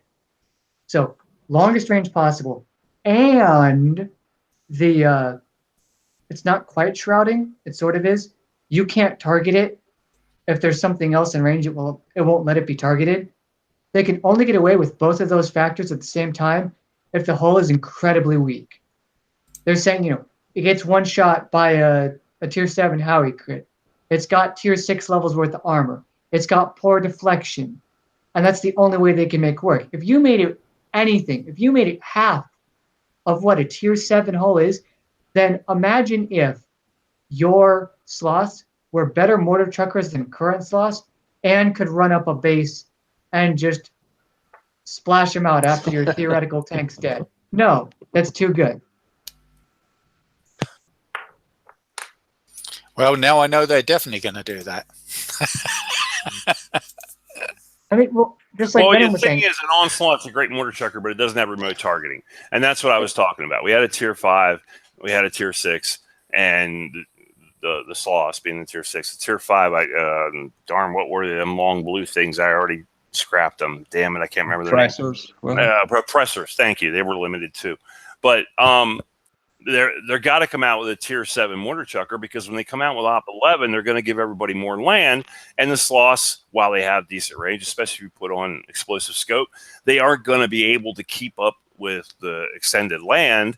So when they come out with Op 11, which should be next month sometime, because they did Op 10 last September, I'm assuming they'll do Op 11 by the end of this September, they're going to need another mortar chucker with remote targeting. And they're going to need a tier 7 mortar chucker. That's just a guess. Sorry. Do you think they want us to have mortar chuckers though? Because they want No. they don't take any damage. If you're a good driver, you should never lose any remote target in hull. Yeah, but there's Catmorts and there's Jav 2s, and there's not everybody's a good driver. And So, That's and NASCAR. a tier 7 will cost more to repair than a tier 6, and there's lots of reasons what they could work it out that it'll work for them, monetary wise. But They can and they can balance that out too by putting more. You put more repair time on the holes that they would quote unquote intend to use as spotters, and you put more repair time on the armor. Because if you want your mortar chuckers to be as strong as they possibly can, you don't have weight for armor. At least not now with the slots. yeah, you don't have much armor on sloths nowadays. I mean, that splash reduction stuff for Conqueror Halls, at the most you might get one of them on if you got it full of morts. I don't know. I have concerns about splash reduction. Rob, you know what I mean? That specific armor that does that for Conqueror Halls only. I forget the name of the armor now. Oh yeah, warplating. Right, warplating, exactly. I mean, if you're lucky, you can fit one of them on a sloth, but for the most part, I mean, 2 of my sloths have no armor at all. So one has a piece of warplate on, but that's only because it has really old-ass morts that, because of the current deflection, over damage, and pass-through stuff, I had to put Pando morts on, sloths, like a lot of people did, because of the high salvo count. So you can fit on a piece of warplating if you're full of Pando mortars, but if you try to put on newer morts, you don't have to wait for it. You can't put armor on, but they're going to come out with a tier 7 hull that'll let you load them up. So last time it was obviously, the clever thing was the glut, which obviously could be corrosive. It could be, concussive, that sort of stuff. And even managed to chuck on some interesting, some penetrative damage sort of, missile chuckers, which ends up making them really fun. So that's one area we haven't been down. Yeah, so I wouldn't mind a Liam sub. It'd be good fun because I like it when he drives and makes me laugh. Generally gets his son to do it for him. But hey, it is what it is. Look, we've covered a lot already. We've gone past the hour, which I don't mind. It's no problem at all. But so if you were asking for 3 adjustments, okay, literally just 3 things, just take your time and think. 3 things you'd like to say to Kixeye that's legible and coherent and not using any 4-letter words. Okay. Constructive things. What would be your 3 things you'd like to help, not yourself, because yourself, I'm discounting what works for you, okay, but for the game and the collective community to make you want to say, hey mate, there's a game here and I want you to come and play with me because it's epic? Make the stats do what they say they're supposed to be doing instead of giving us statistics that are completely wrong and players have to figure out where it's wrong and how to fix it. So don't make the stats overly complicated, and once they're printed, they're honest, is what you're saying. Yeah, make the stats display what they actually do instead of display something that's completely inaccurate and is wrong. The same thing that I've said from the very beginning when I started playing the game. When you bring out something new, it should work exactly the way that it's supposed to. It shouldn't need to be beta tested by all the players. Yeah, no, Rum, you have been saying that a for a long time, I have to say, and that's a very valid point. We aren't the testing pool, and we've had those massive swings, and I wrote a thing to somewhere else about that today, where I think the percentage of the swing should be no more than probably somewhere between 15 and 30%, at most, and that's a 15 to 30% win. My fleet almost died, but I got 15 to 30% of health left, or my base survived by 15 to 30%. And if you can stay within that bubble, you're going to have a lot of happy pirates. Rather than this, I've just walked his. I mean, if he's got no guard fleet, it's tough. But if he's got a good guard fleet in there and it's well positioned and the base has generally got most of the toys in it, he should be able to defend. And I think defenders also are a laugh at the moment. A defender hull should be an absolute bruiser. At the moment, we're just driving by them. In fact, we're driving by so many of them, we're having to put Conqueror hulls in our bases. So that needs looking at again. The Hope was a good start, but unfortunately it failed massively because the transfer rate of health was inappropriately set up. And people just hit other hulls, let it transfer its health and let it die. It was quite an imposing hull initially, and then unfortunately the statistics on it failed. So that's poor design, but hey. The next tier got released and everything got multiplied by 8 or 10 or killed whatever. it off. Who remembers, enforcers? Who remembers even the old toilets? When you first saw those come into the game, you're like, holy moly, what the hell am I doing? Enforcer, you hit a base and then you went, whoa, pause. hang on a minute, 1, 2, 3, 4, right? Okay, I need a prepper. Who's my prepper? I need this. I need some. It took a massive challenge to take a base down, a really good one. You could still do it, but by God, it was a puzzle. But it was simpler then. That's what, the puzzle was better because it was simpler. There wasn't as much. I still have an old video back in the day when I was joining dogs, when Liam was still the leader of that alliance, and they had to do a recruit week. I mean, I have a video of Liam hitting my base and failing. And I saved it because it was Liam hitting my base and failing, and that's why I still have it. But he had somebody else prep with MCX, and then he came in my channel with DNX and died in my channel because the toilets I had in there. Yeah. Because they were really had a lot of power, and you had to really be careful. I mean, especially with ballistic weapons on them. And now, as you said, because the deflections are so high and the damage is so high, all you're doing is either over damage and pass through.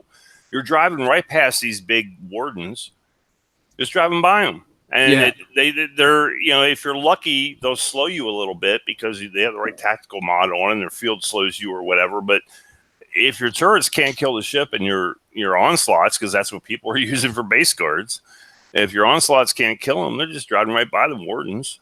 Well, the one thing that this is not a reality game, obviously, but it is based on naval warfare, correct? An ego, yeah. Go on, yeah. So here we go. Human nature is based on, How many times can you take a destroyer and drive by an aircraft carrier and flip it off and not pay any consequences? Yeah, that's what we do every day. We've got these onslaught. I've got 2 boats that I use right now that in the last 3 or 4 days, there's not one base that I couldn't drive past everything and get to the back of their base. That doesn't mean I have the strength to kill the base, because I don't. But I've got 2 boats that I can sail to the back of almost any base right now. And that shouldn't happen unless it's a sub that can't be detected, which we know how much Kixeye hates subs. Yeah, because their utility is then abused by the majority of the community, and they have to do something really drastic. And we can go back to Reapers, we can go back to all different types of subs. The gates were brought in obviously to stop mud gluts, and there's been lots of issues. And I get that, but going back to the simplicity when there was only 15, 20 holes and that sort of stuff, of good quality holes. Forget like gunboats and that sort of stuff, but and then actually. There was a period where there was only a set number of holes. We didn't need tons, and the gameplay was still epic. There was only 4 or 5 weapons to put on and 4 or 5 specials, and that's all there was. So 25 different items, and you could have mental warfare all night long. But the fun thing that I remember, and it's the one thing that I go back to, Kixeye already has the blueprint in their hand. Whenever people get together on these shows and we talk, there are 2 specific holes that they mentioned besides the Goliath and besides whatever. Everybody talks about how much fun it was with DNX and MCX. MCXs, yeah. Okay, those 2 boats. That was the best time in the game, absolutely. Exactly. So why don't it's supposed to be those that don't remember the past are doomed to repeat it. Why doesn't Kixeye go back and look and say, okay, what was so much fun about these boats? Why did they work as good as they did? They didn't have to make corrections when they brought these boats out. They didn't have to say, wait a minute, we got to reposition the game because this is screwed up. Those boats were introduced, those boats worked, and people had a blast. I get it, mate, but unfortunately, like I said, with 260 odd specials now, clearly they can't all go on and miss a hole and that sort of stuff. But the interaction between all those specials, it's got... And then what do? You nerf all the specials, or you rid them, or you time them out so they don't work anymore, and we go back to just 20 items. The game unfortunately can't roll back, because otherwise you'll have 50% of the population, if not greater, not understand the concept. And only 20% of any of the population actually listen to any Facebook shows, YouTube shows, or on any Facebook platform at all. Can I just say what I thought they might have done before they start. Well, if you look now at all your conquer holes, look at all the conquer holes that you've got fleets of that you've sculled that really had no use at all. Never, we flash past them so fast. I mean, we've all got them, haven't we? Survivors and all that, and they're just, we don't use them now. I've recycled a lot. Right, but what about if they'd have got a hull, and what you did was, as you progressed, it extended it like they do real warships. You put a module went on it, an extra turret went on it, eventually an extra special slot went on it. So you have the same hull, but that hull gets bigger and better. They did that. It's called retrofitting. Yeah. I'm talking about taking that even further. So you don't keep bringing in loads and loads of new hulls. No, I hear you. I mean, for example, like, you know, and I've tried to sell it to quite a few people. Phoenixes, I almost recycled them, and then I literally threw the stingers on and a couple of other items, and that's basically brought that fleet back to life. Only for now, you know, but it has absolutely brought that ship back to life. And I haven't recycled those holes where I really should have, but just by simply having it in the retrofit lab to our you know, the R5 or whatever it is, it gets to, and then literally by changing it to the latest missile because the weight has gone down, you know, because of the retrofitting, it makes it an amazing little fleet. And I've done all those TLCs with it, and I do my, you know, titanium with it, and I can take my Skyfires out doing an auto 85 while I'm also driving quickly, you know, and it blisters through them in no time at all. Oh yeah, absolutely right. Yeah, I mean, the if you fit new stuff on the old stuff, but generally by the time we do that, and we've all had fun with that sort of thing in raids and things like that, with sea walls with the new missiles and stuff like that. But generally, there's so much time now to actually build stuff and refit stuff that needed that I've sort of gone away from that fun part of the game. Yeah. Oh.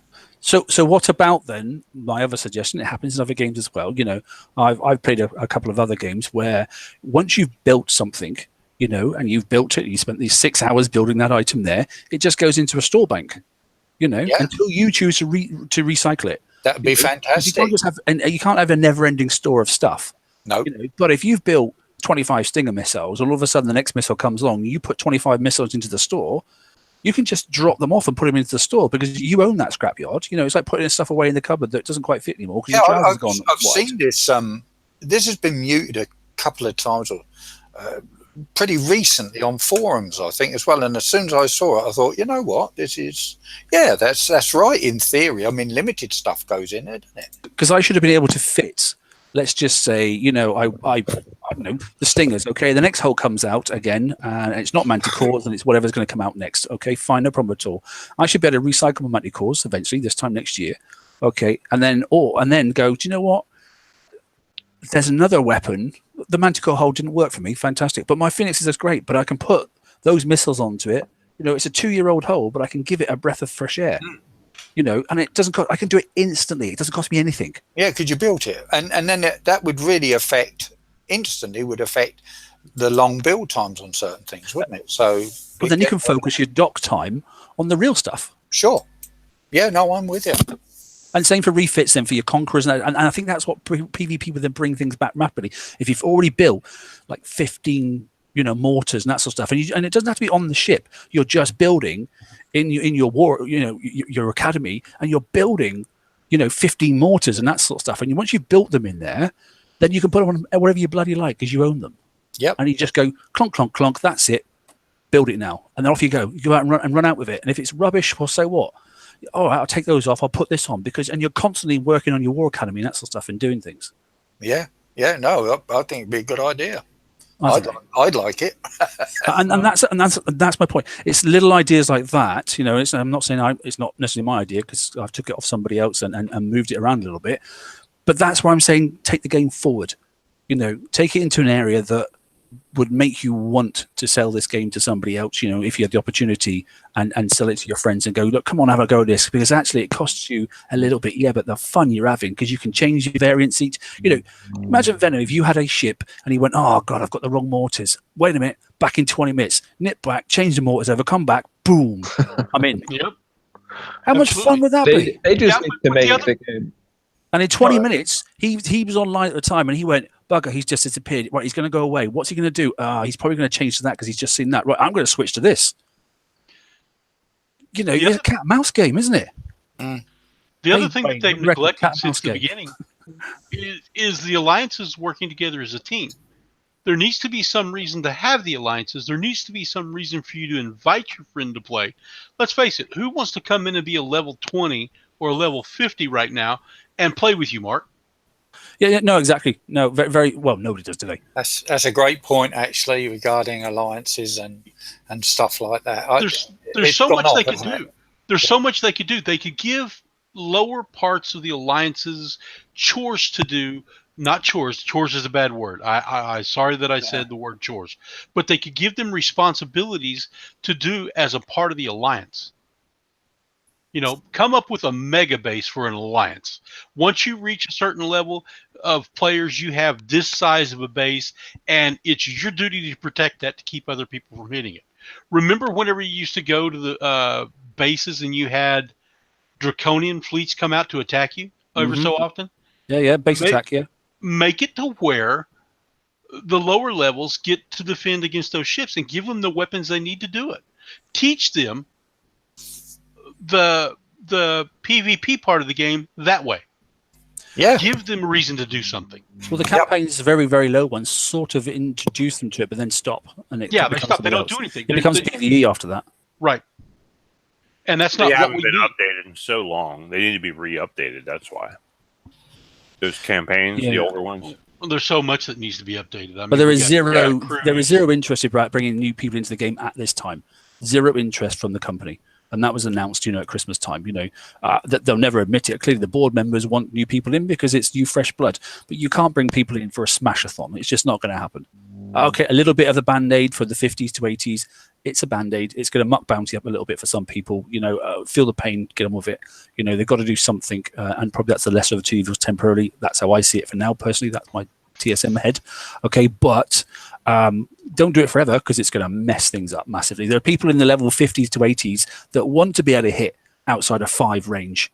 Okay, I'll tell you that now because I've personally got a small base, as I've said, that is now struggling to find targets. Yep. Yeah. Well, the trouble is, PvP at the moment is just so complicated, and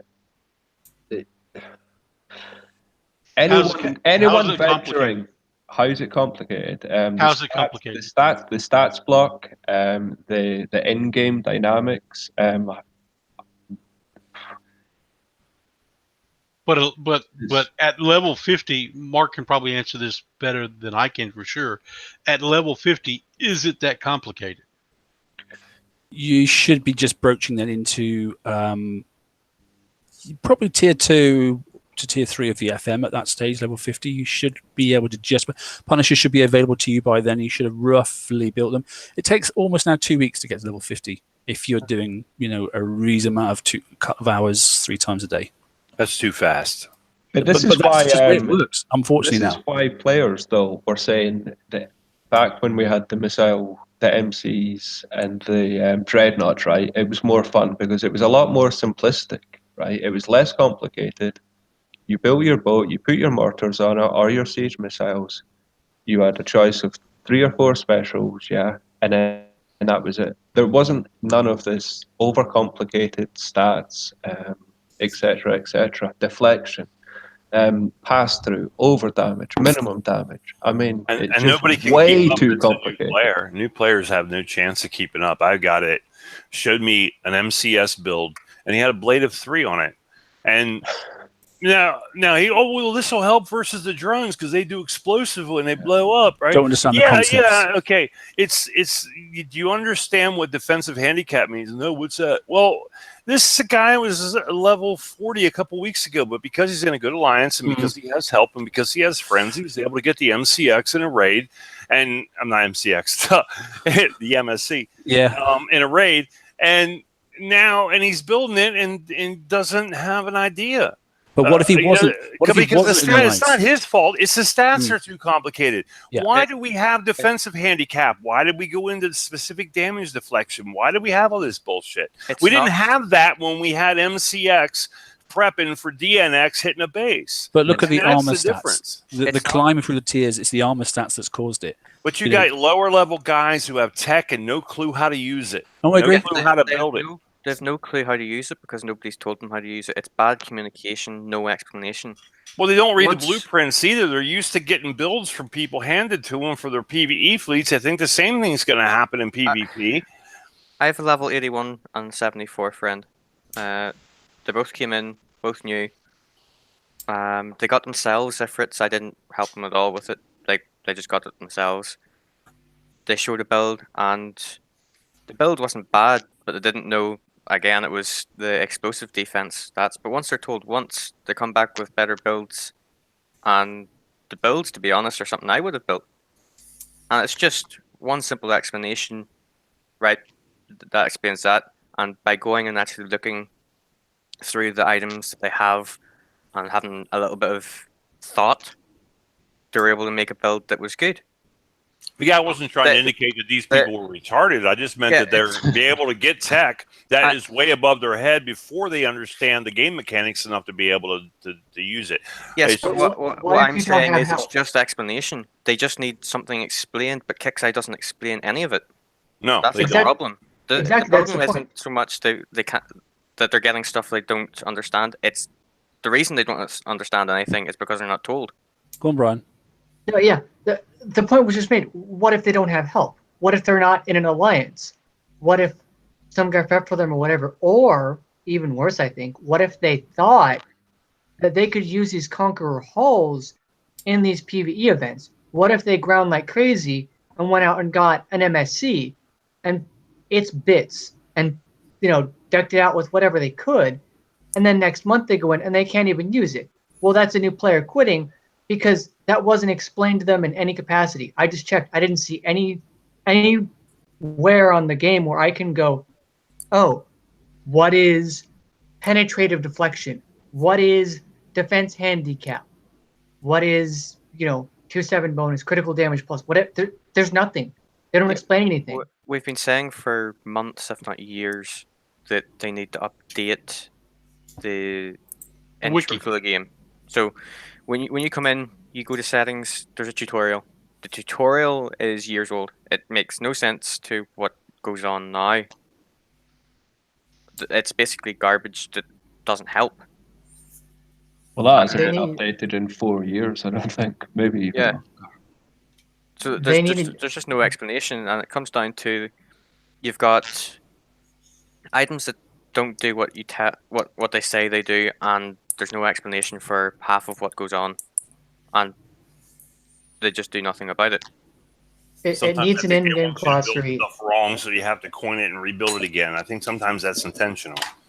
But who's gonna? What level 40 that just got some new piece of shiny tech is gonna? Oh, I guess I have to pay $3 to take things off and put them on, the other things on, because I did something wrong. And $3 per one piece of tech. Like, oh, $15 to refit my missiles. They're gonna quit.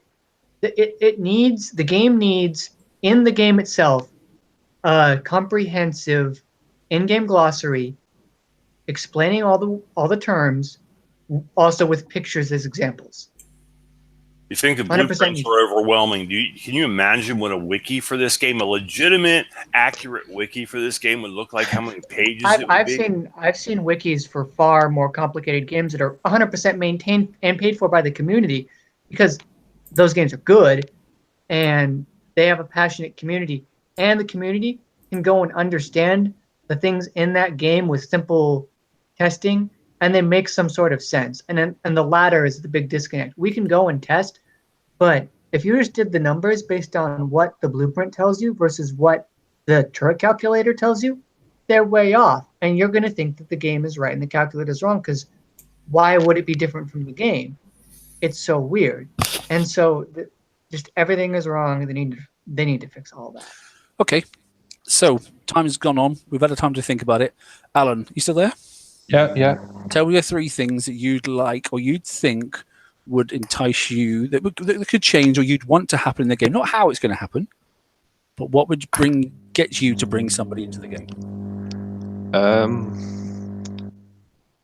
make the transition into PvP more simpler, like less complicated, understandable stat blocks, and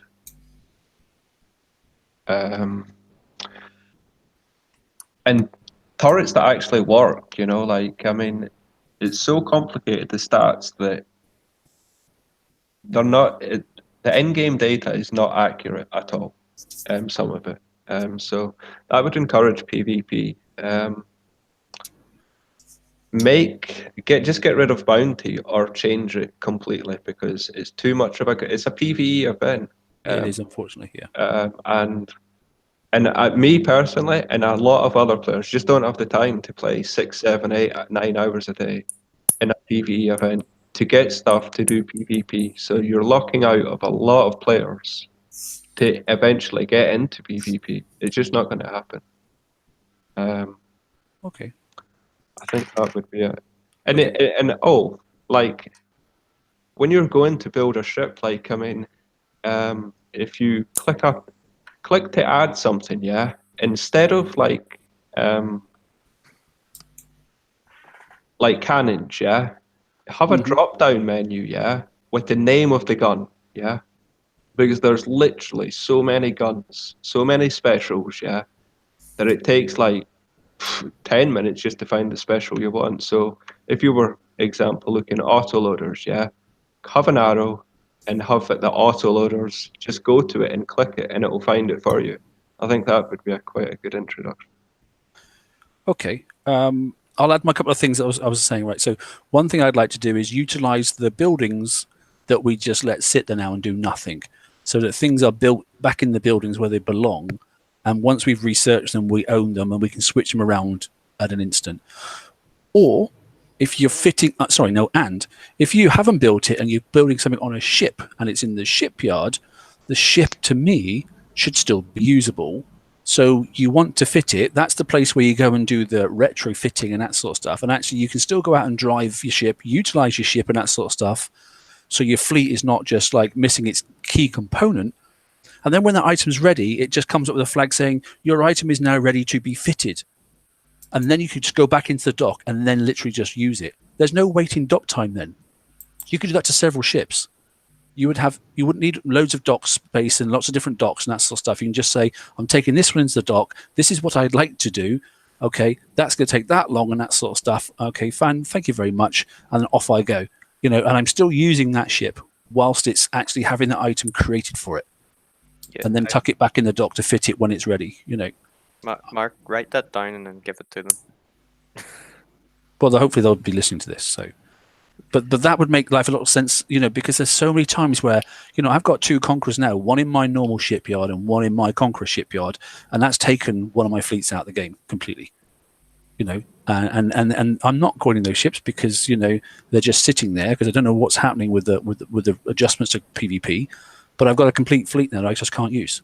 So there's a certain number of bases, and I've been hitting quite a few bases lately. There's a certain number of bases I can't go near anymore because now I've got an 8-day build going on, that sort of stuff. So, you know, if I could just literally then go in there, acknowledge the fact that those things, I mean, I can't do anything else in there. So the time is done. Okay. And so I can't take another fleet in there and fix another one. But what I can do is take and continue using that fleet until it's ready and then put it back in and then actually fit that item. Or fit it and the dock time is busy and that sort of stuff, and it goes into your store where then you can fit it on any goddamn hull, you know. But anyway, TSM Drive, say it ain't so. Of course he does.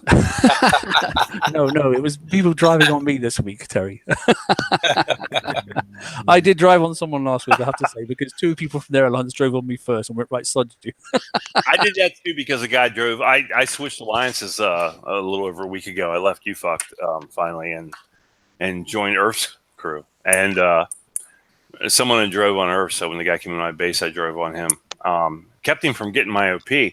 But what that told me was I need to fix my base so that when I'm offline, that doesn't happen.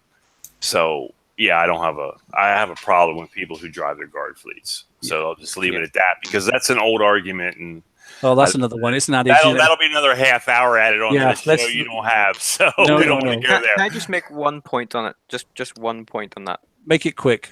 Right. A lot of people will not hit a base if the person's going to drive. Full stop. They just will refuse to hit bases. It locks so many people out.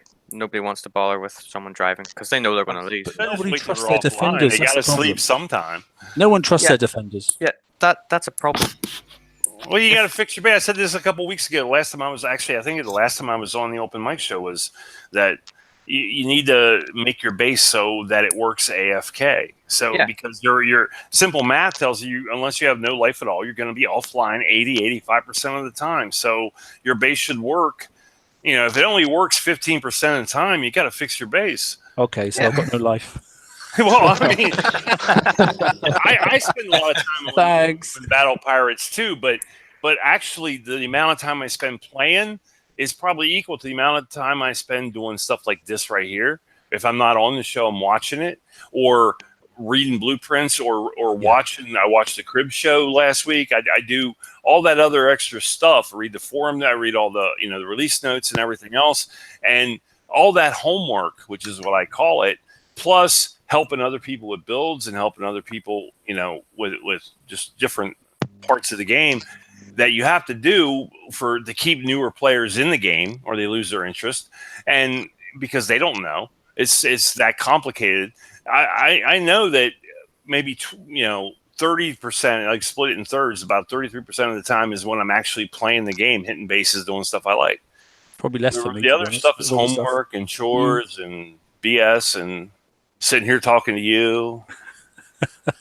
Getting on the Hammer page and slagging people off. Oh, yeah, exactly. Which is hysterically funny. I love that page. It makes me laugh. That's something the banter that a lot page. of Yeah, games it's funny. don't have. I played some other games. I'm in some other games right now. And I actually just started playing Fortnite for some reason. And there's no pages like that where you go and you're posting videos and battle logs and talking shit to people and having fun with it and trolling them. Now you don't troll on the Forsaken Council page, but I go on Hammer Time or the Crib or Blast Zone and I post stuff like that, and that's part of the fun of it. Bragging rights, that's all medals are, bragging rights. They have absolutely zero value other than that. Ego stickers, yeah. But it's part of it, Like I said, that rush you get when you're hitting a good base, it's a good base, and you got a full house watching, and and at the end of the hit, your mouse hand is shaking. You can't get that anywhere else from any other game. No, I agree. I've not played anything like it, but this game hasn't been like it for some time. There's just not enough time. But anyway, right. Let's move along. James, you still there, mate? Yeah, I'm still here. So come on, give me your top 3 things of Kickstarter. If you only did this, I would get my aunt to come and join the game. You got your wife already, so come on. First of all, I would like to see the sectors have more life in them. There's so many dead sectors at the moment for me.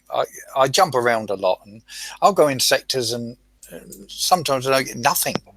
There's not the camaraderie and everything that used to be for me anyway. This is just my personal point. Secondly, it is so way technical at the moment that when I come to do a build now, I sometimes look at other people's builds and I go, what the hell's that? Oh Christ, I've got that as well. And I just didn't realize I had it. You have to spend hours and hours to, go through stuff. It is so technical. And I'd like to see the game where you could start, and yes, I know you can get into level 40 and then you can build Punishers or build a Zealous and start doing the Forsaken mission and stuff like that. But to me, there is such a huge gap between the top 5% players and the rest that and I just don't see how it's ever going to sort of get together. It's like new players and mid players are playing where we were 2 years ago, and they're playing a different game. Yeah, that's just my opinion. I've seen mid-levels and stuff. I mean, I've played since Blackwater. I've seen guys I used to farm that are now great players in the game. I mean, people grow, and some of them spend some coin. Well, absolutely, they spend some coin. And some of them spend more time. They have more seat time or whatever. And the guys that used to be farms, because level doesn't mean as much anymore. So when I was level 90 farming them when they were level 50, and now I'm level 113 or whatever, and they're level, 112, they have a lot of the same toys I do now. and now they're crushing my base. And some of them quit. Yeah, some guys quit for sure because of how complicated the game is, or how much BS there is involved, or how much they have to coin, whatever. There's lots of reasons to quit. But there are plenty of guys who were farms, who were, and they grew. They got in a good alliance, they got help, or they spent coin, or whatever they did, and now they're hitting people. Mm-hmm. I think there should be an advantage for the top 5 or 10%. I agree with you. It has to be a ladder. But what the advantage should the golf? As it stands, it is too far. I do agree with that. Yeah, there's a huge canyon in the middle now, isn't there? Yep. It's an impassable wall almost, isn't it? Some don't make it past the wall, but the ones that do. Yeah. I think it's too few though. But the ones that go across the wall are the ones that have just been thrown a rope down. Has it become they've been pulled up? I think the top 5% or 10% or whatever it is, have just spent way too much coin. No kidding. Rather than the 80%. You're selling my wife. I actually. Oh, you wouldn't believe the crap I get. I feel really bad, honestly, about that. I mean, it's something that's upset me ever since I started. Well, him selling his wife, or no, the fact that when I say I don't coin, I mean I use very, very little, and I do feel bad about that. I openly admit it. I take my hat off to the guys that spend money on a game. Thank you very much for for helping the game survive. And I'm a bum because I don't. But there you go. You don't need people like me. I don't know. Rum, still there, mate? Yeah, I am. There's so many things to say. I mean, there is. I know, mate. But if you could change one thing, okay, then. To infuse an individual to come back into the game, what would you do? Make alliances more useful the way we were talking about. I mean, that's the one thing that would create more battles, which is what we're after. Bring battles back to battle pirates instead of chore pirates. 100%. See, there's that word battle again. The problem is with a battle, a lot of people that have only been playing for the last few years, and I'm not being disrespectful to anybody, but to them a battle is just two ships going in or you going in against something that's already there. And to them, that's PvE. Yeah. But you and I both understand what we're talking about.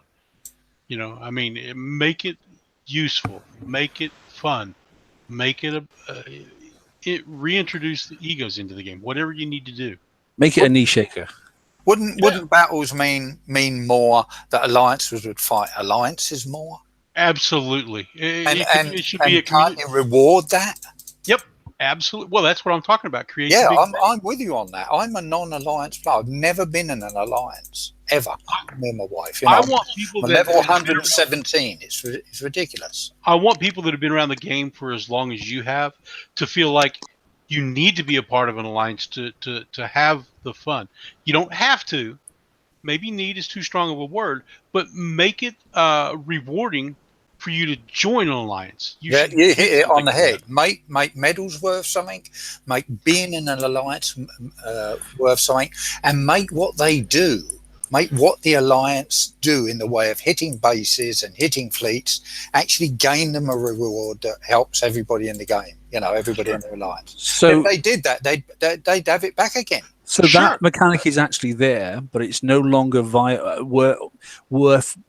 I can't say it's not worth going towards because alliance points are important at the start of each week. But there used to be a simple mechanic in there where you would get a 20% evade bonus or a turn bonus or a base defense bonus or a turret reload bonus. And they were really, really worth having. That 1 or 2% difference would make a huge difference between winning a battle and losing a battle. And if you hadn't got your alliance points, and I used to say to my guys, if we'd only had, we wouldn't be in the position we are now. So it's your fault.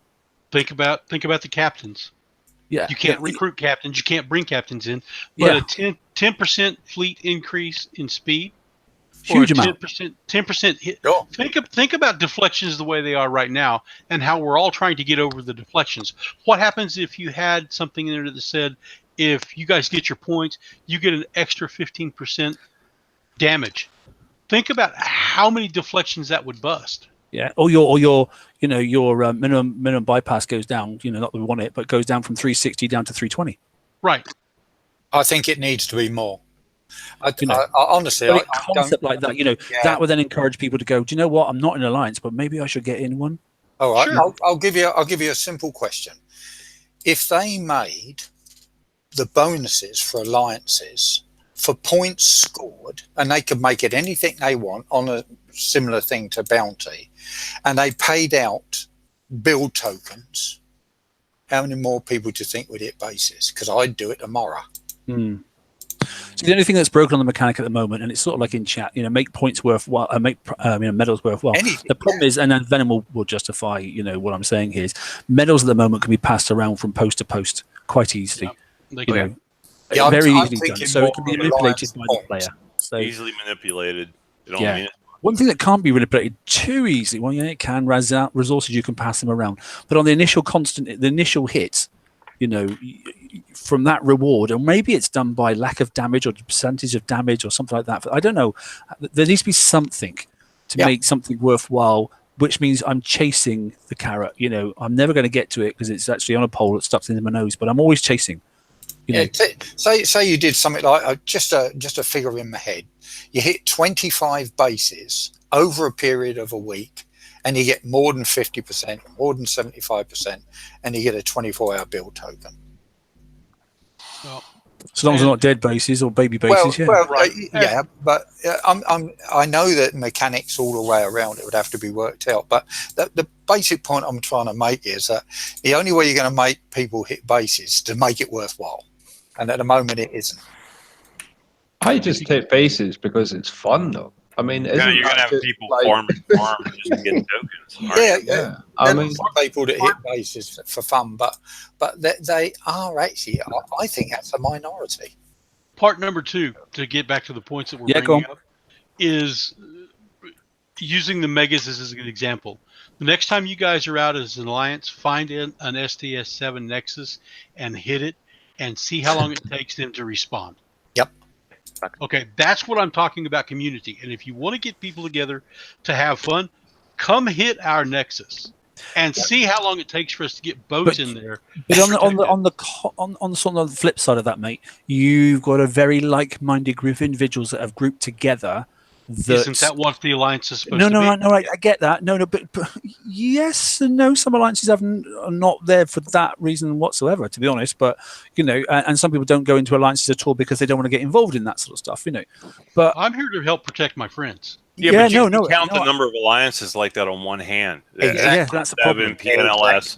There's a couple like that do that because there's like 30 to 60 active players that are all in multiple time zones. You've got Americans and Brits and Aussies and so you got people on around the clock. You got a large number of people. You got people that are all active. You got people that are all coiners, half or more than half, especially SDS7 or whales.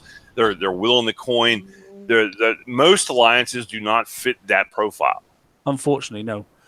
For various reasons. Because size, that takes money, or whatever. You have got in SDS7. You've got two things. Okay, you got more than two things. Okay, you've got a lot of coiners. You've got a lot of diehards, and what thing is you've got a lot of time commitment. And you need to be in a lot of time zones as well, and that needs a lot of alliance members.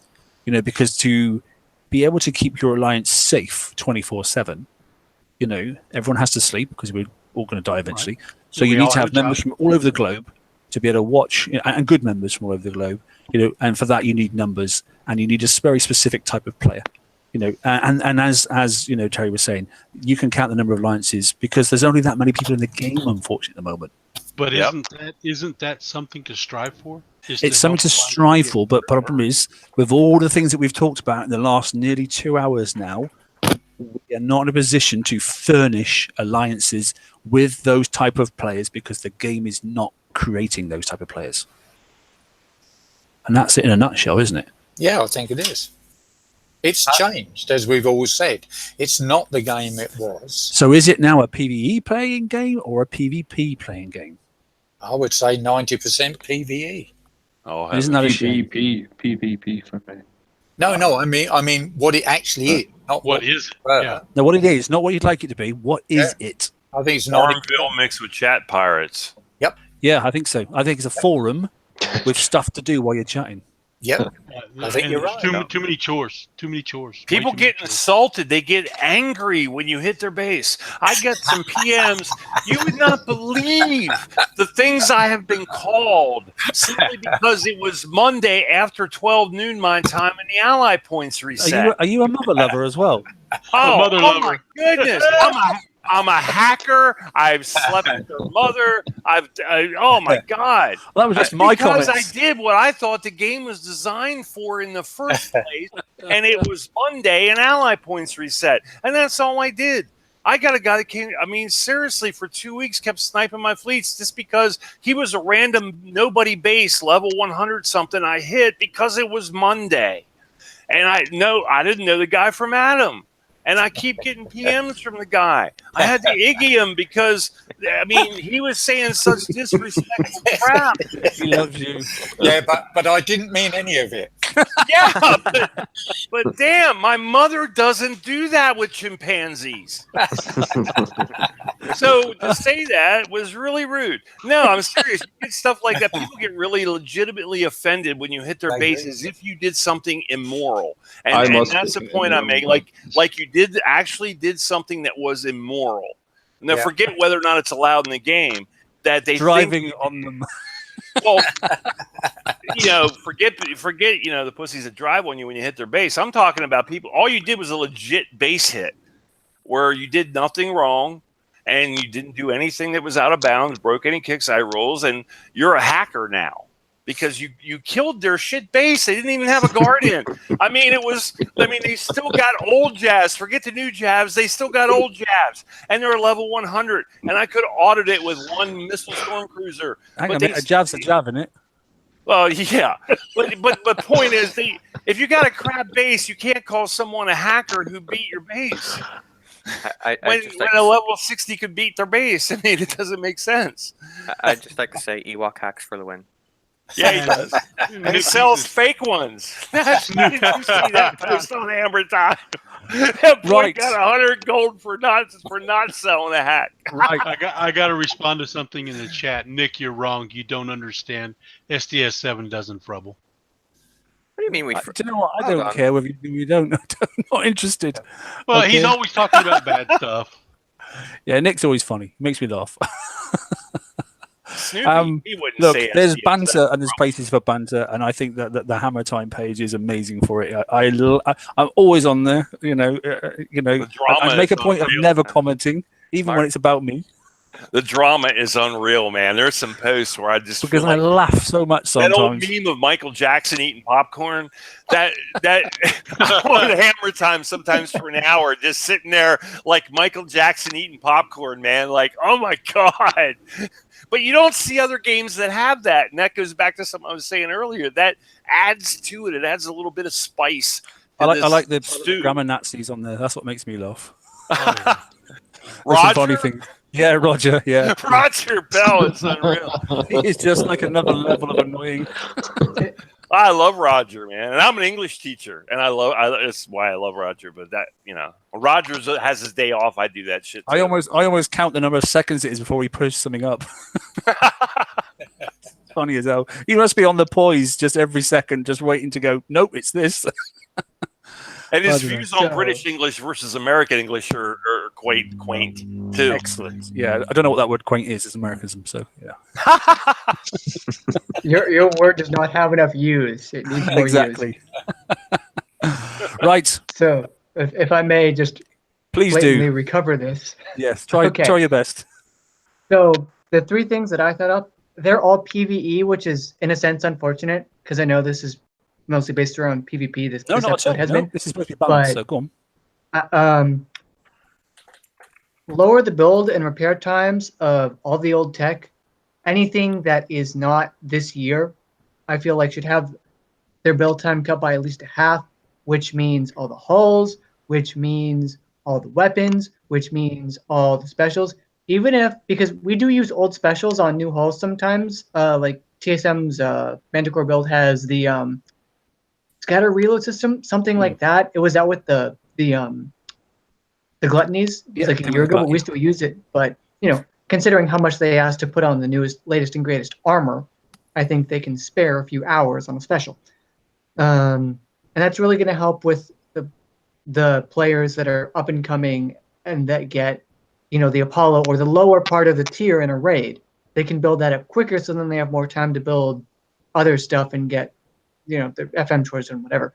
Put the tiers closer together in terms of just numbers in general. It was 600 deflection on the icebreaker, and it's 1,500 and 2,000 with higher base defenses as well, resists as well on the dragons, and even higher on the flag, but that's a different point. Tier 6 versus Tier 5 versus Tier 7 conquerors in terms of basically everything: armor, damage, deflection.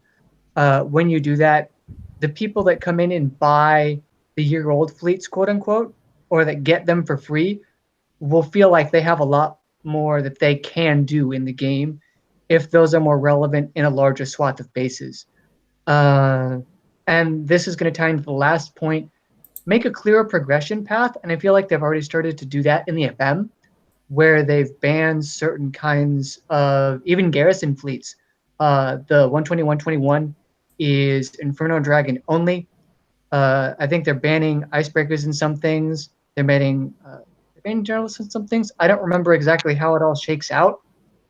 The thing that I have to do with that is adjust the points a little bit so that us level 100 and whatevers don't just auto with our icebreakers and go and get millions of points, out really quick. So it would require a whole readjusting, especially of the FM, but I think that's the best place to do it.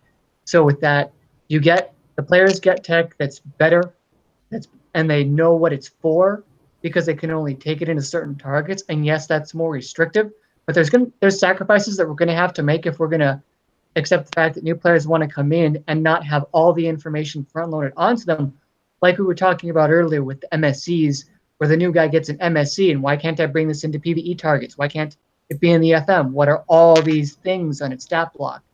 Things like that. That also help with clarifying stat blocks. Just all of those, I think, is going to make a smoother starting experience, and then they can get into PvP. Then they can get into an alliance, and then they can go out and learn what all this other stuff is. That's it. Cool. Okay, and the closing lines. Venom, are you still there? Or you fell asleep? Yes. Come on, you said you were going to write some stuff down for me this afternoon. Oh, I think I've said it all at this point. Oh, okay, so you're generally quite... Other than why are 103 still not fixed? Yeah, why are 103 still not fixed? Why are my...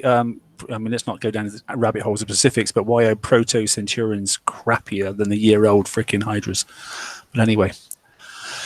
I'll tell you why, because they've got impenetrable walls that just... they didn't think about the targets. The 103 doesn't have any walls. Yeah, I know, and it still takes more time. It's better to split your holes up, because obviously it's splash damage and bloody blah, and the way the Hydra flag works and that sort of stuff. And anyway, yeah. Hefe even mentioned that last night. Only fix the Hydra flag ever, never fix the rest of them. Let the Hydra flag do all its work. Same with Buccaneers. But that's sort of like a basics thing, which you only find at your cost. So you either spend 12 coins fixing your whole fleet, or you can spend 4.5. It's up to you. But yeah, that was a bit of a tangent. So I think we may or may not have come to any conclusions whatsoever. I think we sort of agree that actually, unfortunately, it is a PvP game, but we're struggling to keep our heads above the water, though, because of the PvE content, which is a real shame. The ability for new players, though there isn't any, unless they've got a grappling hook and are either climbing a wall very, very like Batman sort of like does, or they are actually being pulled up, like Takeshi's Castle. So unfortunately, there is no middle ground. There is no rampart. You can't get up over this big, massive wall through the tech minefield, because it's just not possible to understand what the hell is going on. So do something about that. And I think you need to listen to players. I think you need to draw some more of them in. And I honestly feel you need to speak to a wider base and entice them in to say, even if it's just forum groups, just say, like, we want to talk to you and you next week, because I've seen you done this week and you did this week. I want to know why. And literally you just have 10 minutes, 20 minutes with the CM, and he's got a list of questions that you just answer. Yep. Good Yeah, idea. Literally, you don't got to go and show any new holes, that sort of stuff. You just get into it or hang out like this with a CM or one of the designers and go, why did you do that? Or why didn't you do that? You know, because I think they'll learn a thing or two as well. Why not have a permanent players advisory council? You pick a dozen guys that, you know, are in multiple different alliances that have been around since Blackwater, that know the game. And just But I also think it needs to by be 'em. newer. Yeah, but I also think it needs to be some of the newer people. I think some of the newer people can bring, just because you're newer doesn't mean you haven't got fresh Sure. ideas. They But could- also, they're you not might- mutually exclusive. They could do both. But anyway, that's my sort of suggestion is have some sort of, you know, method of pulling people and drawing from the wide population and just going, right, I fancy next month you and you, we want this topic, you know, and don't just do it as a scripted thing. That's pointless. It needs to be an open debate, structured, obviously, with key goals and that sort of stuff. And Hangouts work for that because you can write all things down as you're going and show what you're writing down. So at least then they can cherry pick out of the player base if they wish to interact properly with us. You know, then as they say they want to, players first. Yeah. Yep. On that note, I'll say good night. Sorry. Thanks all for. Yeah, go on, mate. Quickly. Just my 3 points quickly. I didn't get. Sorry, buddy. Yeah, go on. No worries. I'd like to see time reduced for the game throughout. I'd like to see player ingenuity brought back in. And Oh, yes. I'd like to see or feel that there is a reward for the time and or money spent in terms of longevity of fleet or ease of raids, having invested in your fleet, not to be constantly hammered to keep upgrading it each time. I've worked for the break. I deserve the break. Yeah, no, agreed with you, and that's a bit my point about that. If I spent all that time investing in building items, that sort of stuff, I shouldn't just by moving them to another boat and that sort of stuff have to then go and reinvest all that time again. I think it's disgusting, personally. And one of the things that grips me the most, and you just, you know, if we can literally just race back to our bases, flip over a couple of items, and just go back out again, then smash that base, you know, before he has a chance to readjust his guard. By God, that's going to bring some adrenaline into the game. You know, but that's going to need an awful lot of give from Kixeye, you know, and you know, I might have to have coined the fix because it just got flattened in the prep and that sort of stuff. But I wouldn't even need a prepper. I could go and do it my freaking self if I had to, you know. But anyway, tangents again. Thanks all for tuning in. Stay with us for blimey, 2 hours. Hefe, if you're still here, that's not bad, is it? I don't think we resolved anything massively, but at least we've got some ideas out there, and hopefully some of that may get taken on board or not. If not, hey, ignore us, but at your own peril, because we aren't going to stay on forever. Just nice for me to actually speak and hear to some of the players that have passed over the years. Yeah, it's been good. A really good show. And thanks everybody for coming on. It's a good panel and it's a nice spread of people tonight. So, and thanks for those in the chat and thanks for putting me up on the Hammer Time page as well, you bastards. I love you all. I'm now going to go and look, but I'm not commenting. You're still in 110, aren't you, TSM? I'm not saying a word. Fine. You can still hit my base. I won't care. That's irrelevant. That's a sideline. You're not parking all around me and that sort of stuff and showing things. Yeah, whatever. Thanks all. Look to next week, because obviously we should be prepping ourselves for the new PvP raid. Oh, that's interesting, isn't it? Okay, there should be no new PvE tech, or possibly no PvE tech at all. Clearly, you can put some PvE things on PvP and vice versa. But in general terms, okay, there should be a new hull. Okay, it should be the last but one of this set. Okay, and let's see what it is. Yeah, I don't think it's going to be a Mort Chucker.